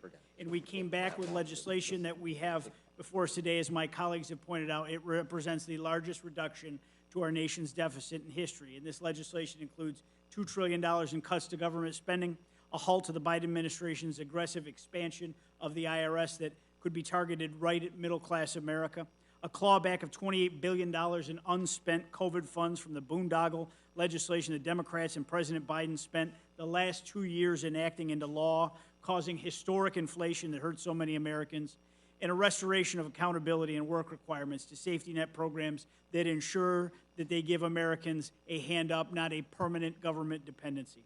We have an opportunity today to ensure that any increase in the debt ceiling comes with important provisions and put the brakes on some of this administration's worst policies and saves hardworking taxpayers trillions of dollars in the process. We owe it to our veterans and our children and our grandchildren to get this process started. It's a long process, and our work is not nearly done. We have to get much more done through the appropriations process. This isn't everything that we wanted. Limit, Save, Grow wasn't everything that many people within the Republican conference wanted, but it was a step in the right direction. And in divided government, this legislation before us provides the next practical step forward. So once again, I appreciate all the work that went into hammering out this critical deal, an important first step that we have before us today, and I yield back. I thank my friend, the gentleman from New York, for his thoughtful questions. I want to thank each member of the panel for your patience and being here, and your staff who have been here behind you all these long hours. But the witnesses are excused again with our thanks for your patience.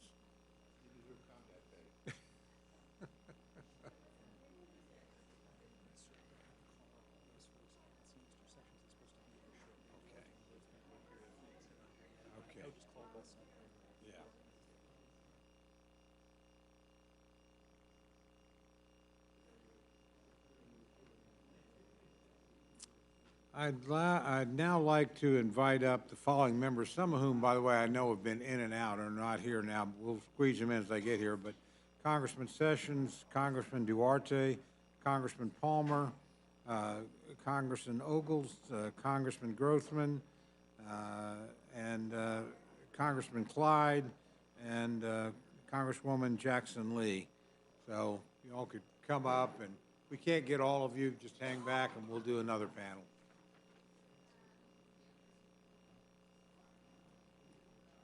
Looks like we're gonna be- Mr. Chairman, it's particularly good to have you here. Chairman, it's been a long day for the Rules Committee already, I can tell. Never too long that we're not happy to hear from you.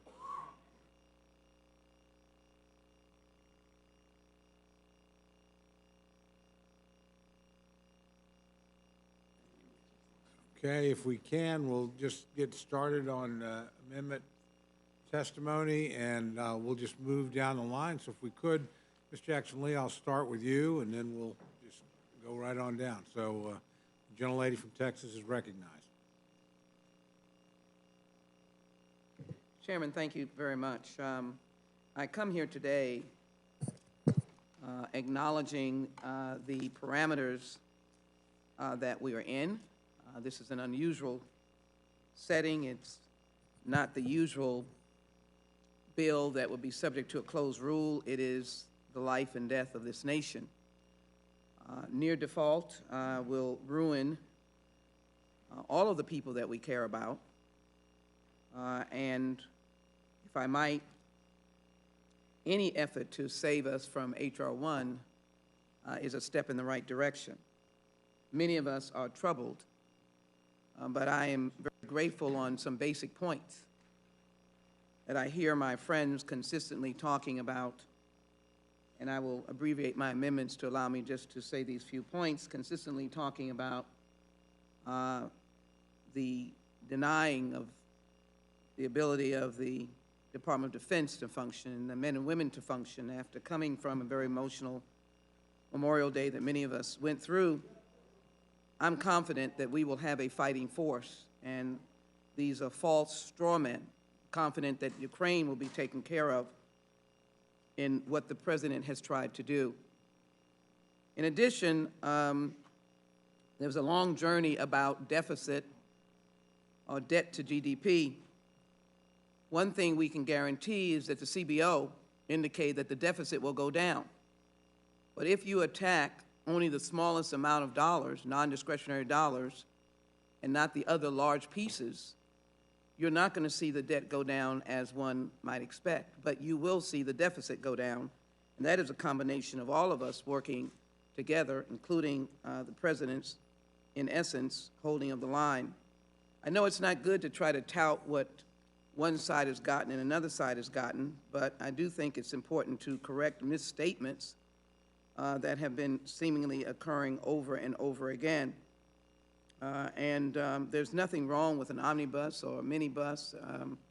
If Mr. Massey's concerns can be answered, we will have done our job and got it done so that we don't get a decrease. My final point is for those of us who realize the vulnerable people in this country, to the President and his team, and certainly he had to have agreement, we are being responsible by maintaining the 2023 funding.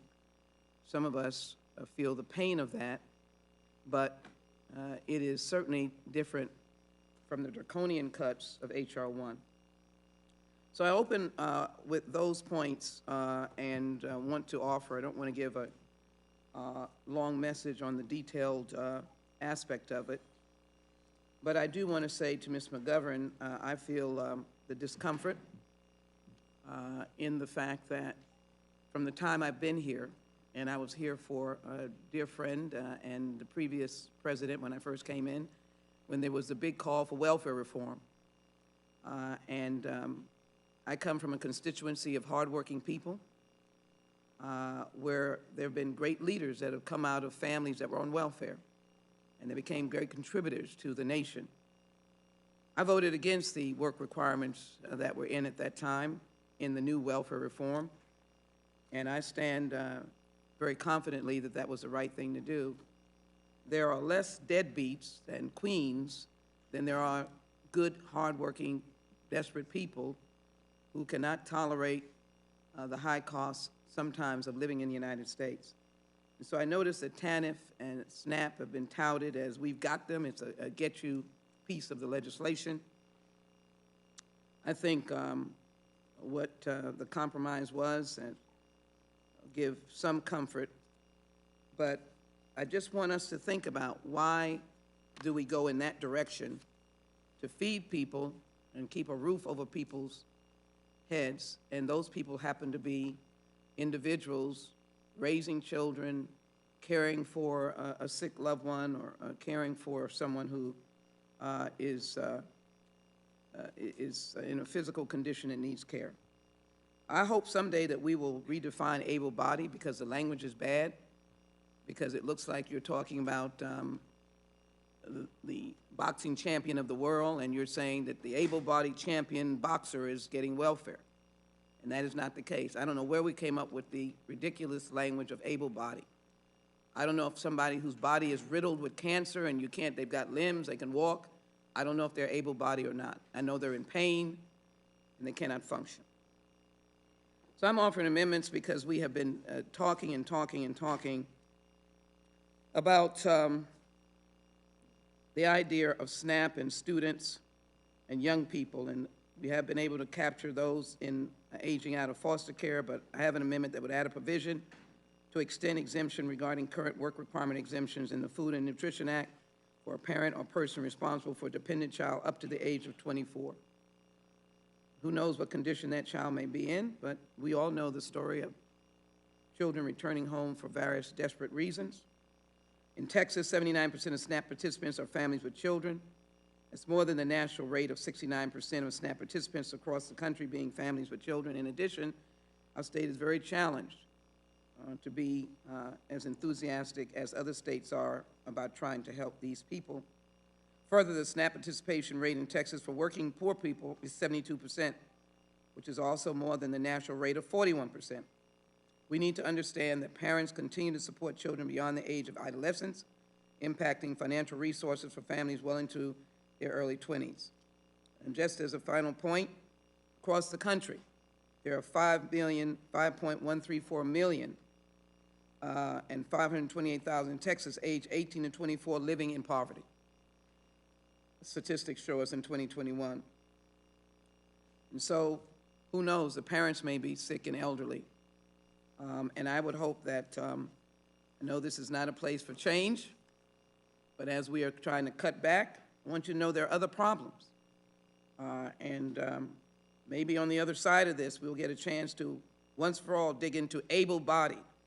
Makes me think of someone who go out and go on a construction line, or like I said, box, or run a 4-minute mile, or less than that. I guess that's slow nowadays. I have an amendment number 59, that was amendment number 56. Amendment number 59 that would extend the former foster care exemption to individuals, all individuals 24 or younger under state custody and aging out of critical support services. Just think that there are 23,000 children that will age out. That age is younger than 24. And every year in Texas, more than 1,200 voting adults age out of the foster care system, and they need a little bit more help. They wind up homeless. And I just think that we can help a little bit more in terms of children and young people who are really trying to make it. Part-time education. I heard Ms. McGovern, you also talked about the difficulty of transport, housing, when people are trying to move themselves out of poverty. I think we should recognize that people are impoverished not because of themselves and because of their desire, but because of conditions of life. Many youth in the juvenile and criminal justice system are not deemed to be indigent, but also have had contact with the foster care system, have been removed from their homes, even if they have not been formally adjudicated as a foster child. We need to help those, because otherwise we're dumping them on the other side of failure. I want to offer those amendments and conclude my remarks by indicating that I will address my other amendments in another form, because I understand that they are included in present law, and that is amendment number 62 and amendment number 63. I ask unanimous consent to withdraw those amendments at this time. Without objection. And so my amendments to be offered today are amendments number 59 and amendments number 56, dealing with our youth, dealing with students. We're still trying to get our hands around what happens to hardworking students, part-time students. We think that the issue is in the weeds, and if I can add clarity to that. But I conclude my remarks, Mr. Chairman, by simply saying that to offer to the Biden administration that the fight was a deep one, and it was because I believe the President and Democrats have a responsibility of protecting the American people, their quality of life, and their future. And that is what we fought to do. And it should be very clear that this side budget was because, unlike the Democrats' leadership with the past president of raising the debt ceiling 3 times without hostage taking, this did not happen. And so I want to have a good tone here and just say that the work that both sides did was worthy of the American people's need to be protected in their quality of life, and the most vulnerable at the beginning of life and the sunset of life and the future of this nation. So I ask my colleagues to support the Jackson Lee amendments, and Mr. Chairman, I yield back. Thank you, gentlelady. The gentleman from Alabama, Mr. Palmer, is recognized to testify in his amendment.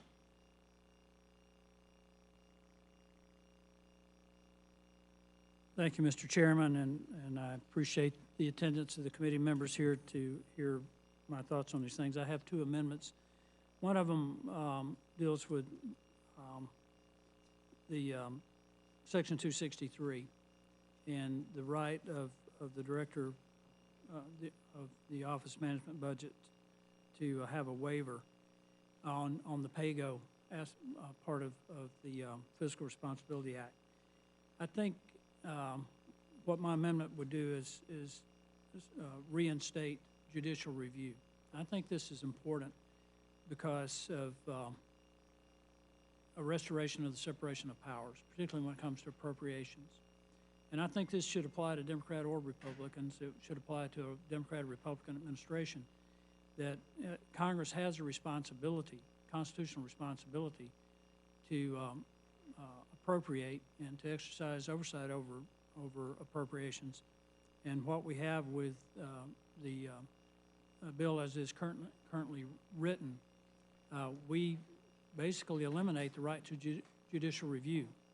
And so my amendment simply would reinstate that option for Congress as an oversight matter that I think is very important, considering how the powers of the House in particular, the powers of Congress and the powers of the House in particular have been diminished over the years in terms of separation of powers and losing our ability to maintain oversight over appropriations. The second amendment, okay. You don't want me to start over, though, do you? I know nobody else here wants me to start over. Okay. Okay. I will not start over. The other amendment has to do with the work requirements, waivers for veterans and for homeless people and for people in foster care. I want to make clear that my position on work requirements is a combination of personal experience and just, I care about people, and I care about the potential that people have.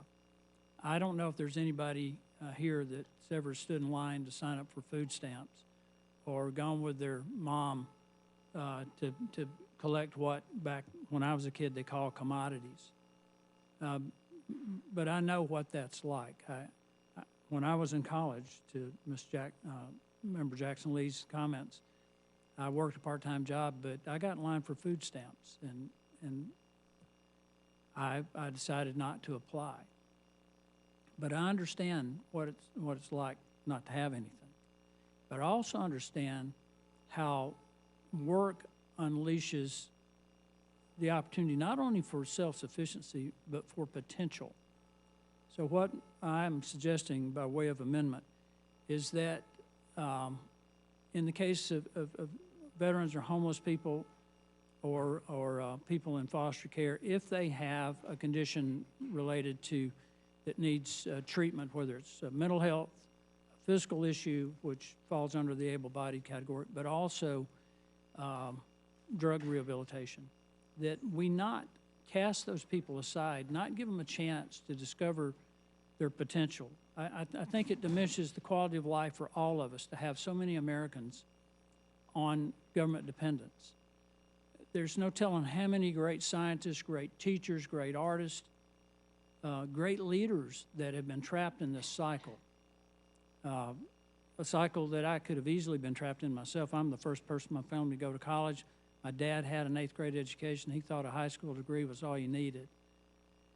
But I know what the potential of so many people could be if we unleash that. And so what I would suggest in way of an amendment, and unfortunately I don't know the amendment number because it just got filed a little while ago, that we allow these people who are in that category of homeless and veteran, who are able-bodied, who are not being treated for other issues, to be under the work requirements.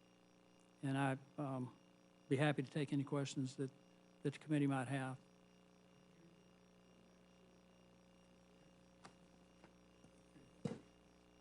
Mr. Chairman, I do have several amendments, and it may be in order for me to defer to my two colleagues, who I think you each have one, correct? And so out of respect to their time, I'm happy to. Okay. Yes, sir. Just trying to. Well, I want to thank you all. This process is incredibly important, and the opportunity to be here. Last month, the House passed a bill that would have allowed for $4.8 trillion in savings over 10 years, the Limit Save Grow Act, and it had a $1.5 trillion cap.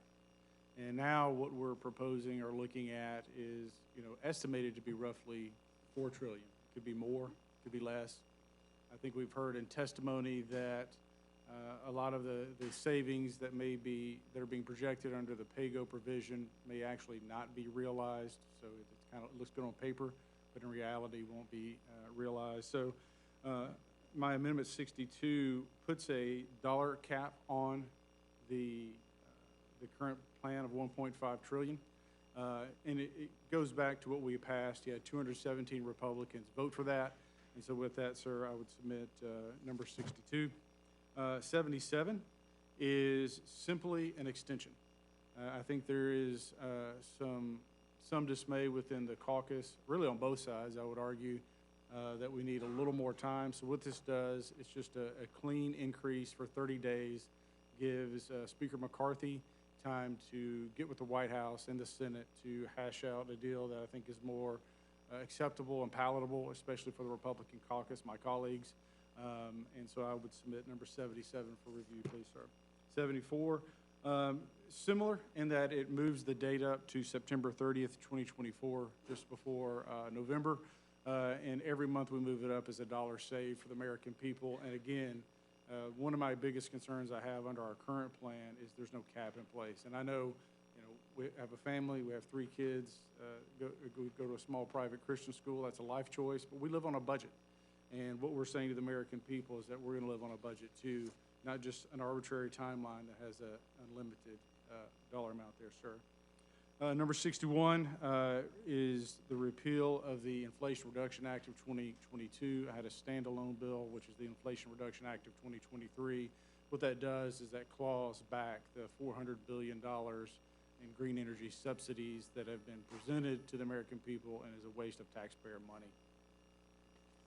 Number 64 is a hiring freeze. No new dollars will be used by the Internal Revenue Service to hire additional employees. And again, what that does is, since we did not fully repeal the monies for the new agents, it just puts a freeze in place, prevents them from targeting hardworking Americans and their paychecks. The number 68 is repealing the IRA of 2022. National Environment Policy Act, and again, sir, we're just clawing back some of those dollars, wasted dollars, hardworking dollars, American taxpayer. Number 73, defunds the U.S. Agency for Global Media through 25. This is a woke agency that is getting taxpayer dollars and is literally being weaponized against American citizens. And so it's time we send a message to whether it's entities, organizations, or countries for that matter. If you're going to be a partner of the United States, you need to truly be a partner and not be targeting us behind our backs. And then lastly, sir, number 72 defunds the ATF through fiscal year 25. They've been weaponized like other agencies against the American people. They've been regulating the gun industry by press release and fiat and not going through the proper channels, the congressional approval process. And so with that, sir, I submit those for unanimous consent. Thank you very much. Now my great pleasure to recognize the distinguished former chairman of the committee, our good friend. Good to see you, Mr. Chairman. Chairman Cole, thank you very much, and Ranking Member McGovern, thank you very much for allowing me to join you today. I must confess, I enjoyed watching the first several hours of this with great delight. It kind of reminded me of being in your chairs. Mr. Chairman, before I get started, I wanted you to know that I passed out to you and the Ranking Member and perhaps other members a list of the historical information about revenue that the United States government receives. Please note in 2010, $2.16 trillion. In 22, $4.9 trillion. We have grown the amount of revenue in this country. Mr. Chairman, I want to thank you and each of your members for their attention today. Each of you are distinguished members of this committee, and your service to this Congress is very important. Today, I add an amendment to H.R. 3746, Fiscal Responsibility Act. As the text for this legislation was published over the weekend, I began looking to find what I could and to see what would be said about people who went through the 99-page bill. I was pleased to see that there are many helpful measures that were negotiated between the White House and our young speaker, including in the bill to move our federal government closer to a stable financial footing. I'm pleased that two appropriations packages that we passed, the next two, will be constrained by spending limits, and I'm committed to you today that I will support continuing these limits through the year 2029, the entire process. I was also glad to see NEPA reforms included in this bill, which I hope will contribute to domestic energy production and cut back the amount to which federal agencies interfere and undermine the development of critical infrastructure that fuels this country and saves us from further embarrassment of inflation. With that said, I'm far from the first to say this bill could go much further. You've had a number of people say that today. But I would like to quote former Chairman of the Joint Chiefs, Admiral Michael Mullen, who formerly observed in 2010, the most significant threat to our national security is our debt. I'm pleased that this bill maintains defense spending while making necessary cuts to non-defense spending. However, our national security is not measured solely by what Congress appropriates to our defense efforts. It's really the overall spending that would be the problem. My amendment that I'm here to speak of today, Mr. Chairman and Ranking Member in committee, would add to the overall spending reductions in this bill and provide accountability for the Internal Revenue Service. As currently written, however, the bill rescinds $1.4 billion from the IRS's Enforcement and Operations Fund from the so-called Inflation Reduction Act. Rescinding $1.4 billion this year is not a fix when there's an additional $70 billion that will be appropriated over the next 10 years.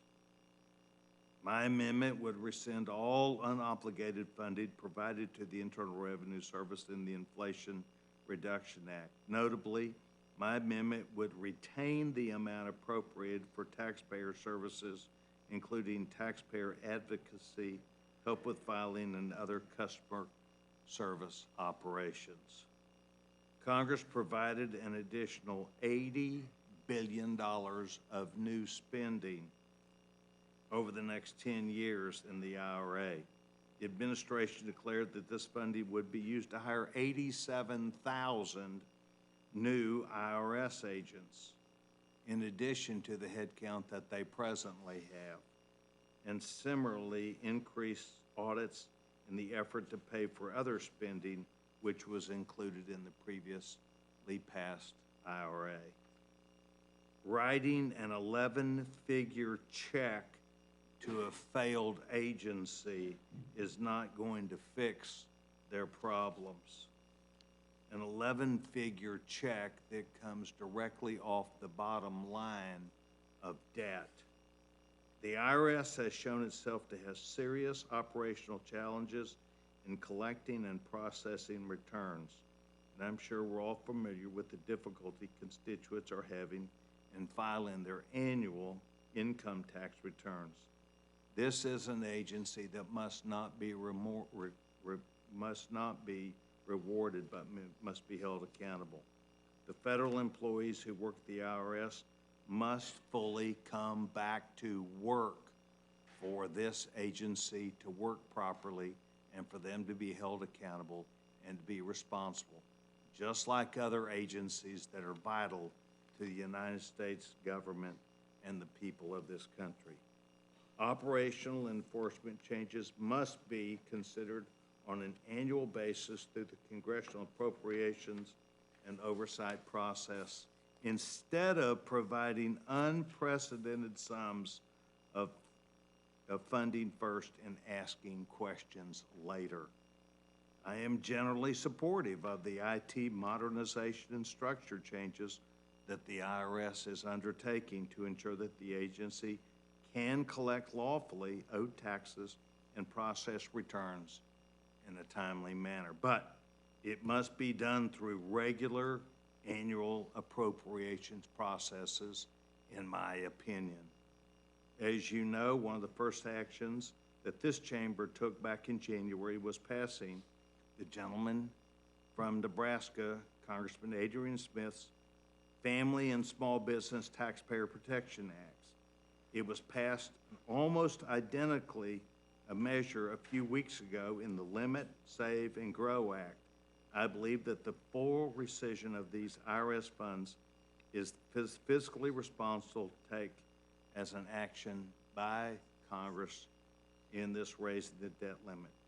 I want to thank each of you for considering the issues and ideas I brought to you, and I want you to know that I appreciate your time that each of you make to this important committee.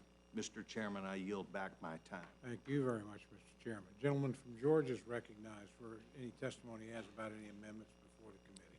Thank you to Chairman Cole, and thank you for considering my amendment. IRS funding must be readdressed in the Fiscal Responsibility Act. This issue is personal for me because I was a victim of the weaponized IRS back in 2013. And it took till 2019 when President Trump signed into law the RESPECT Act as part of the Taxpayer First Act for me to finally get some justice in dealing with the IRS. Despite claims to the contrary that this bill eliminates the 2023 funding for Joe Biden's auditing army of IRS agents, the bill text doesn't lie. In reality, the bill text shows a cut of less than $1.4 billion, actually $1.39 billion to be more exact. Because it is an advanced appropriation of $80 billion, the rescission of $1.39 will do nothing to reduce the hiring of more IRS agents this year or next year or the year after that until 2031.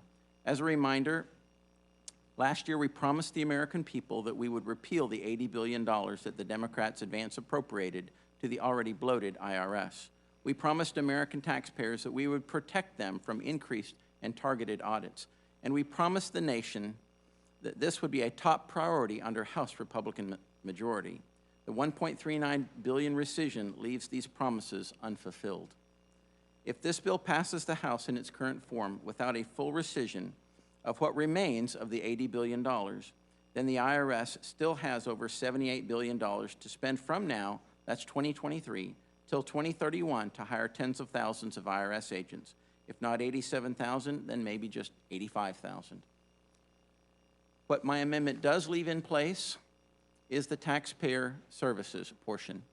It also leaves in place the business systems modernization portion. But it eliminates the portions dealing with IRS oversight and weaponization, in my opinion. So my amendment is critical to keeping our promise to the American people in the very first bill the Republican majority passed in the House. Every Republican voted for it then, and so I hope every Republican will vote for it again today. Thank you, and I yield back. Thank you very much. I now recognize my good friend from Wisconsin, Mr. Grossman. Yep, I'll try to make it quick because votes are going on. We have two amendments here. First is number 33. President Biden has proposed equity action teams to kind of monitor every government agency. I think it's offensive. They want to judge people by race. They want to permanently cause people to look at each other as being part of a race. So the purpose is to defund those and make sure that they don't get off the ground in the future. The Second Amendment, Amendment 75, for whatever reason, the people put together this bill knew we needed work requirements for SNAP. They said we shouldn't have them for Medicaid, which kind of I predicted, but they left low-income housing untouched. I think as far as discouraging work and discouraging marriage, I think low-income housing is even a more dangerous program than the food stamps. So I'm including low-income housing in the mix of having work requirements. The amendment as drafted just includes Section 8 housing, which is an error on my part because there are other low-income housings as well, but that's what we have before us. I would appreciate it if you'd let that to the floor because I don't think our team fought on the low-income housing front at all. Thank you. Thank you very much. I know for the stenographer, we've been joined by the gentlelady from Colorado, Ms. Bobert, and gentlelady's recognized for any amendment she cares to testify on. Thank you, Mr. Chairman. I filed 7 amendments to the so-called Fiscal Responsibility Act. These amendments rightfully place the conservative policies we voted for in the Limit, Save, Grow Act into this current bill. Last month, House Republicans did our job while the Senate sat idly by and Joe Biden continued to do nothing. We did our job and we passed a bill. We voted to responsibly raise the debt ceiling in exchange for enacting pro-policies and real spending cuts. Our bill saved taxpayers $4.8 trillion and included real reforms. This bill, unfortunately, gives Joe Biden a blank check to sink the American people and spend trillions of dollars without any caps. The American people will be sent further into debt after this administration and a Democrat-controlled Senate required Americans to spend $10 trillion more over the next 10 years than we previously estimated to spend. My Amendment 34 inserts Section 101 of the Limit, Save, Grow Act to set discretionary spending limits. These changes limit future spending by returning discretionary spending to pre-pandemic levels while maintaining a strong national defense and protecting Medicare and Social Security. My Amendment 35 strikes Sections 231, 322, and 323 and inserts a Lower Energy Costs Act to increase domestic energy production and exportation, reduce regulatory burdens, and reform permitting across all sectors of the economy to result in $3.4 billion in savings. We should make important reforms to NEPA for the first time since 1982, and I'm glad this bill attempts to do that. However, it does not go far enough. As currently written, the bill only includes minimal changes to the current permitting process. This bill still allows for unnecessary litigation that actually holds up these projects to proceed. These provisions also disproportionately benefit renewable energy, which is very unreliable. H.R. 1 includes the permitting reform America needs in addition to reducing gas prices by providing certainty for responsible energy production and preventing baseless litigation. My Amendment 37 strikes Titles 1 and 2 of Division C and inserts reasonable work requirements on SNAP, TANF, and Medicaid to lift people out of poverty, grow the workforce, and reduce federal entitlement spending, likely resulting in $120.1 billion in savings. More Americans are receiving welfare benefits than ever before. During COVID, Congress expanded welfare, and this administration campaigned on going even further by creating new entitlement programs. There are still nearly $10 million unfulfilled in job openings across the country. This is almost 2 jobs for every unemployed person. This labor shortage continues to affect everything from small businesses to large-scale construction and manufacturing projects. And I don't see a clock. Do I have a time limit here? Yeah. Okay, I don't see a clock. No? Okay. I was going to skip ahead. There's a vote on the floor now. My Amendment 38 inserts the REINS Act to require congressional approval of any federal regulation that has an economic effect of at least $100 million, spurring economic growth and reducing the burden on small businesses and families.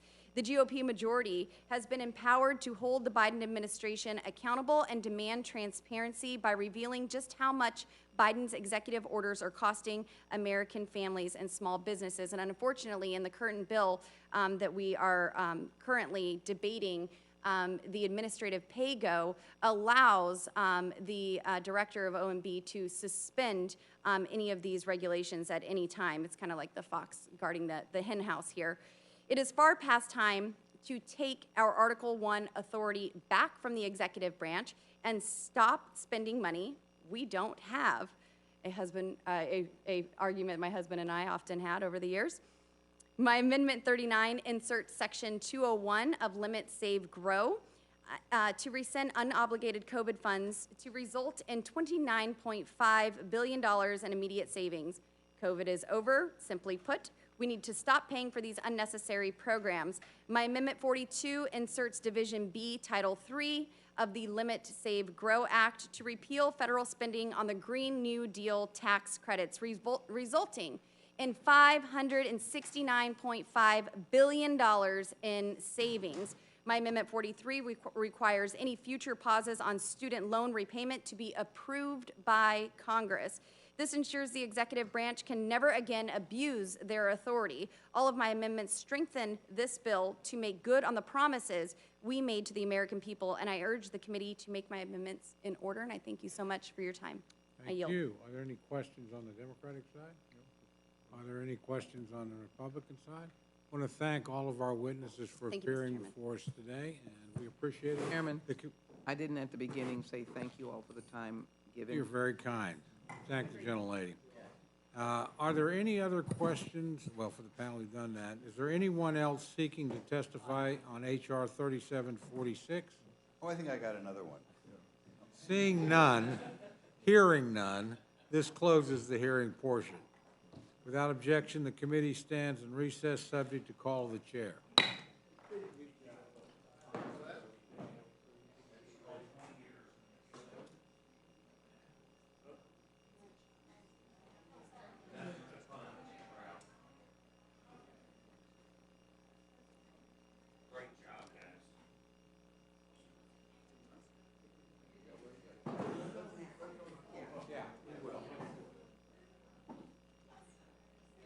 I think you can do a one-sheeter and put a one-sheeter in this record, but I guess you have to do it before I close. One about the extent, you know, what it covers. I mean, I tried, remember you sent the text back? Yeah, no, it's in the statement. I was just saying for your comments. Okay. Just to clarify. Well, if it's in the statement, I'm getting ready to put it in. Yeah, no, it's in here.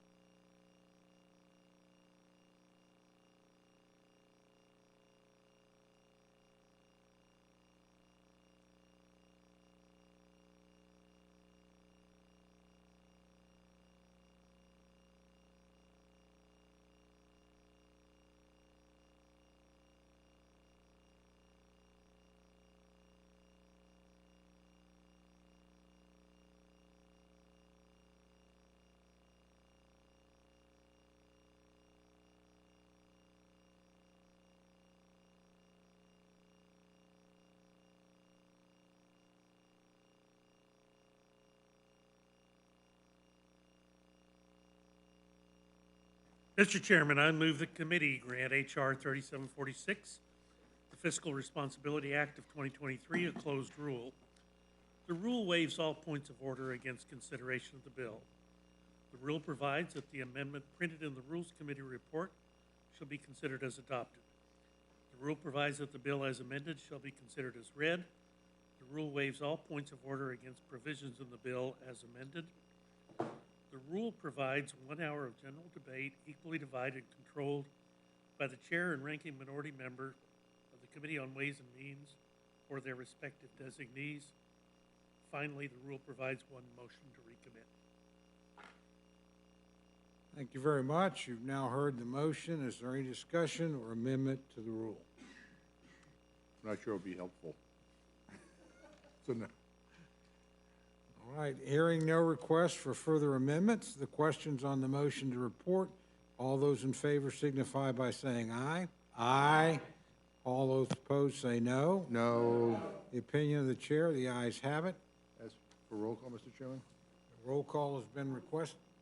The clerk will call the roll. Mr. Burgess. Mr. Burgess, aye. Mr. Rushenthaler. Mr. Rushenthaler, aye. Mrs. Fishbach. Mrs. Fishbach, aye. Mr. Massey. Aye. Mr. Massey, aye. Mr. Norman. Mr. Norman, no. Mr. Roy. Mr. Roy, no. Mrs. Houchin. Mrs. Houchin, aye. Mr. Langworthy. Mr. Langworthy, aye. Mr. McGovern. No. Mr. McGovern, no. Ms. Scanlon. No. Ms. Scanlon, no. Mr. Neguse. No. Mr. Neguse, no. Ms. Ledger Fernandez. No. Ms. Ledger Fernandez, no. Mr. Chairman. 6-6, what should I do? Aye. Mr. Chairman, aye. Clerk will report the tally. 7 yeas, 6 nays. Motion is agreed to. With that, Who's carrying it for you? with, I will be carrying it for us. And you're so lucky, I will be carrying it for the Democrats. It's been my lucky day, Mr. Ranking Member. So, again.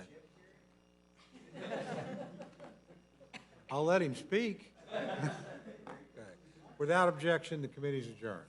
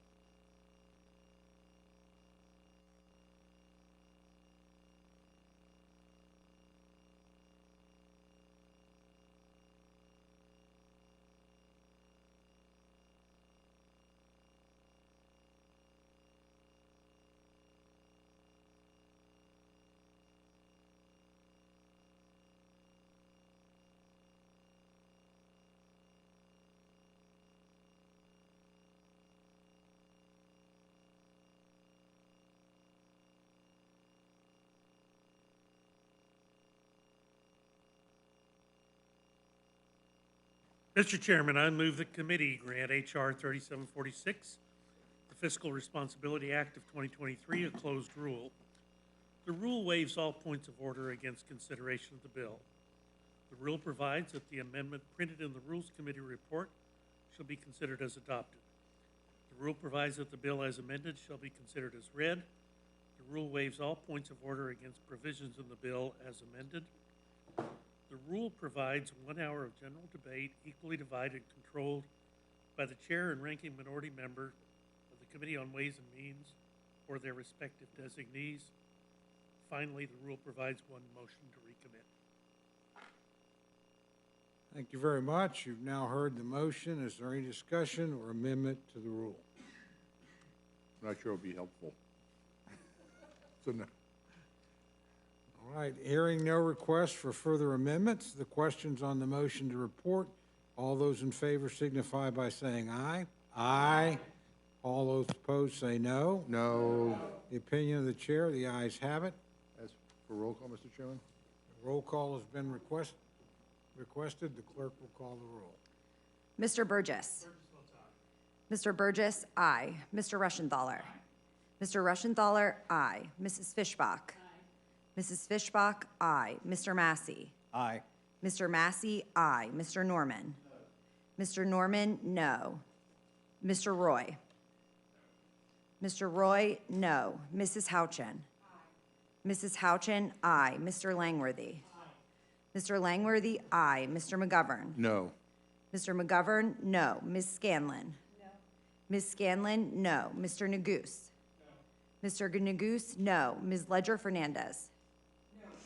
Ms. Ledger Fernandez, no. Mr. Chairman. 6-6, what should I do? Aye. Mr. Chairman, aye. Clerk will report the tally. 7 yeas, 6 nays.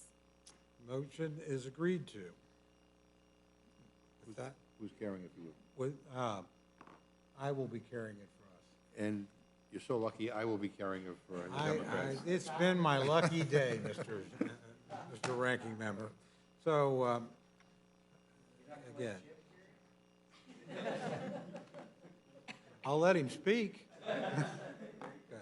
Without objection, the committee's adjourned. Thank you.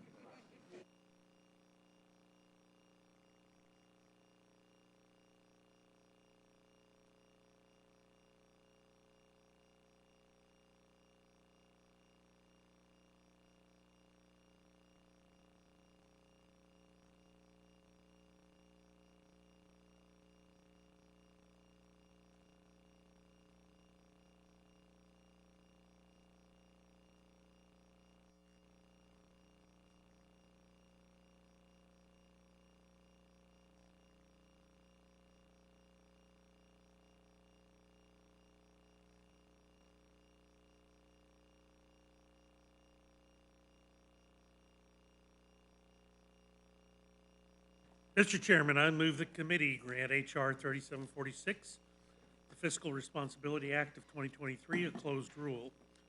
The rule waives all points of order against consideration of the bill. The rule provides that the amendment printed in the Rules Committee report shall be considered as adopted. The rule provides that the bill as amended shall be considered as read. The rule waives all points of order against provisions in the bill as amended. The rule provides 1 hour of general debate equally divided and controlled by the chair and ranking minority member of the Committee on Ways and Means or their respective designees. Finally, the rule provides one motion to recommit. Thank you very much. You've now heard the motion. Is there any discussion or amendment to the rule? I'm not sure it'll be helpful. So no. All right, hearing no request for further amendments, the questions on the motion to report, all those in favor signify by saying aye. Aye. All those opposed say no. No. The opinion of the chair, the ayes have it. As for roll call, Mr. Chairman? Roll call has been requested. The clerk will call the roll. Mr. Burgess. Mr. Burgess, aye. Mr. Rushenthaler. Mr. Rushenthaler, aye. Mrs. Fishbach. Mrs. Fishbach, aye. Mr. Massey. Aye.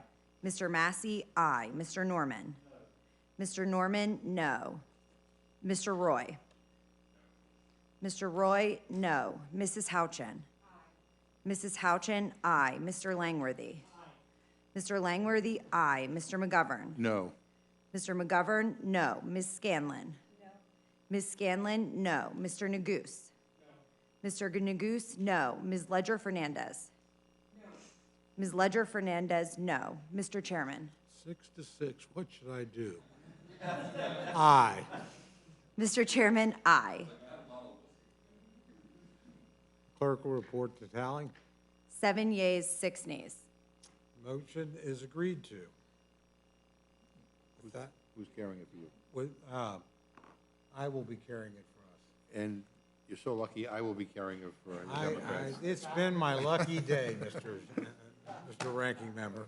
So, again. I'll let him speak. Okay. Without objection, the committee's adjourned.